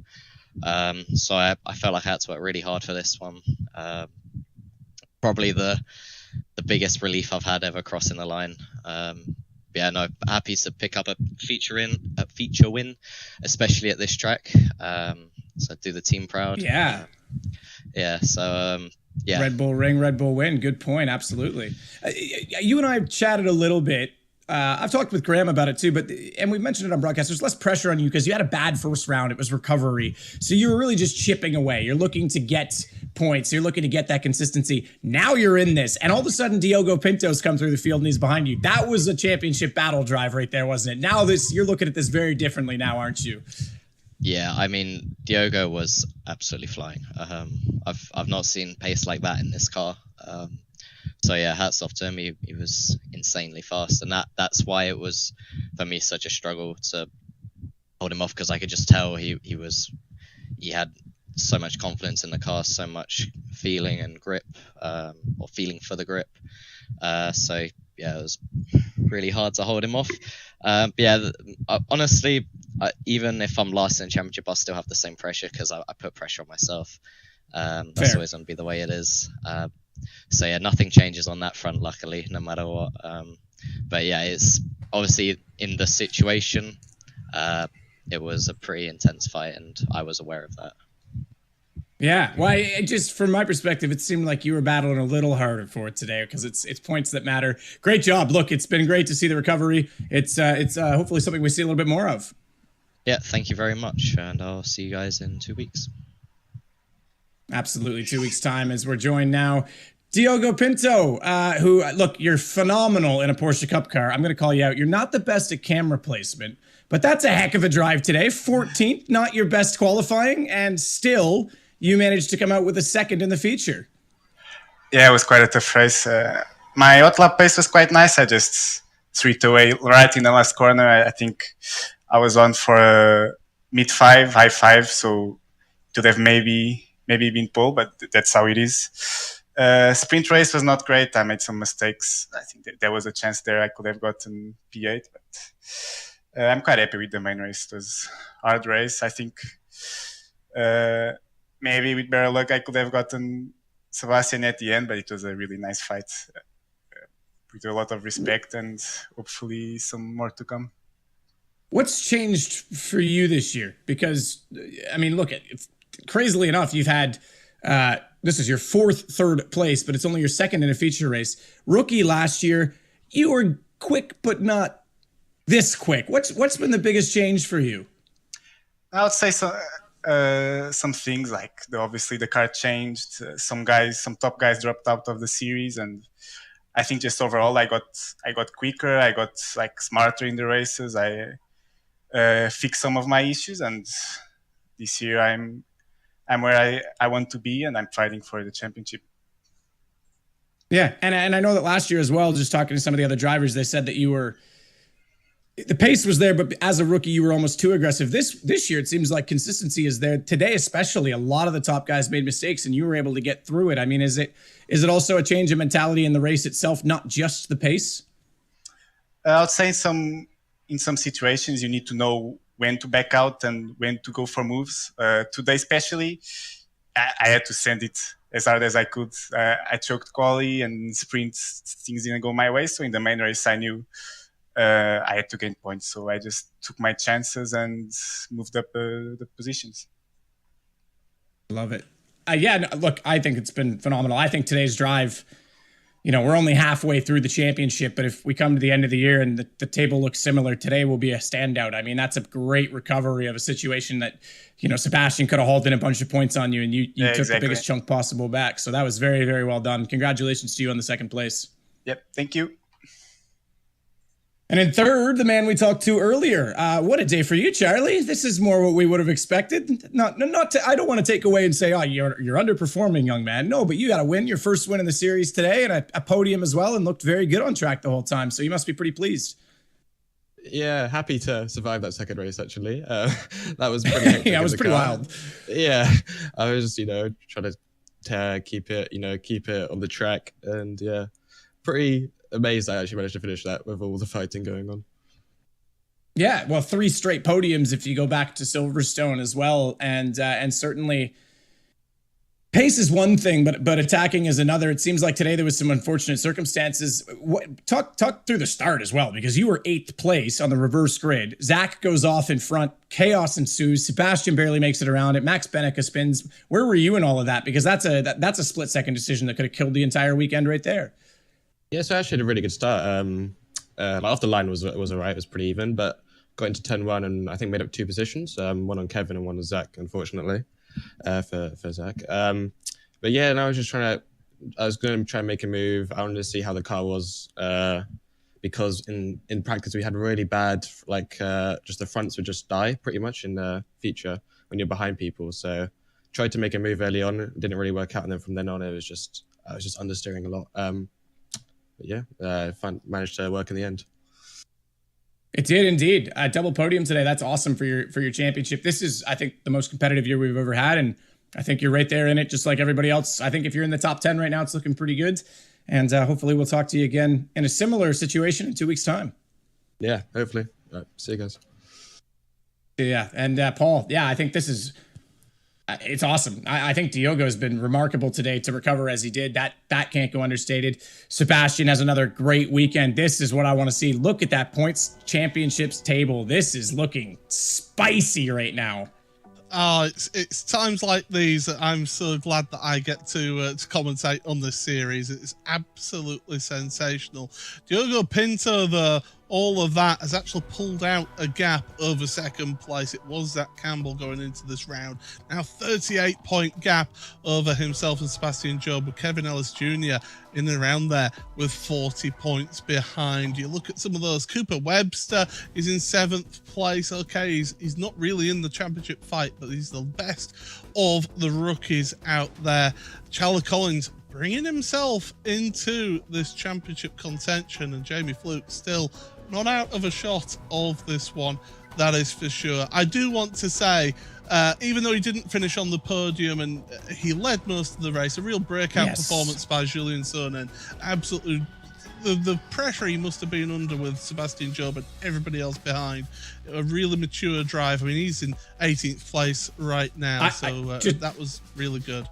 Well, just before we jump on to the next race, which is in my native land, there's the lovely Casino. I don't know who I would bet on in this series right now, the way things are going. It's all over the place, but Circuit de Gilles Villeneuve. I just wanted to point out Matty Cipolla. 2 races ago, he had negative points due to penalties, and now he's up in 17th in the championship. What a great turnaround from him. Certainly is. So make sure you join us 2 weeks' time. The drivers and I think ourselves need to recover from that one, and gladly we have got a week off next week. But 2 weeks' time, April the 9th, make sure you join us at Circuit Gilles Villeneuve for the round number 6, the second half of the championship here. And wow, I don't know how we're going to fit all of the highlights on here of today, but that was some absolutely, truly sensational racing here in the Porsche Tag Heuer Esports Super Cup. And well, do make sure that you join us next time out, April the 9th, for the Porsche Tag Heuer Esports Super Cup. But from myself, Paul Smith, and from Matt Trivett saying the case, it's goodbye.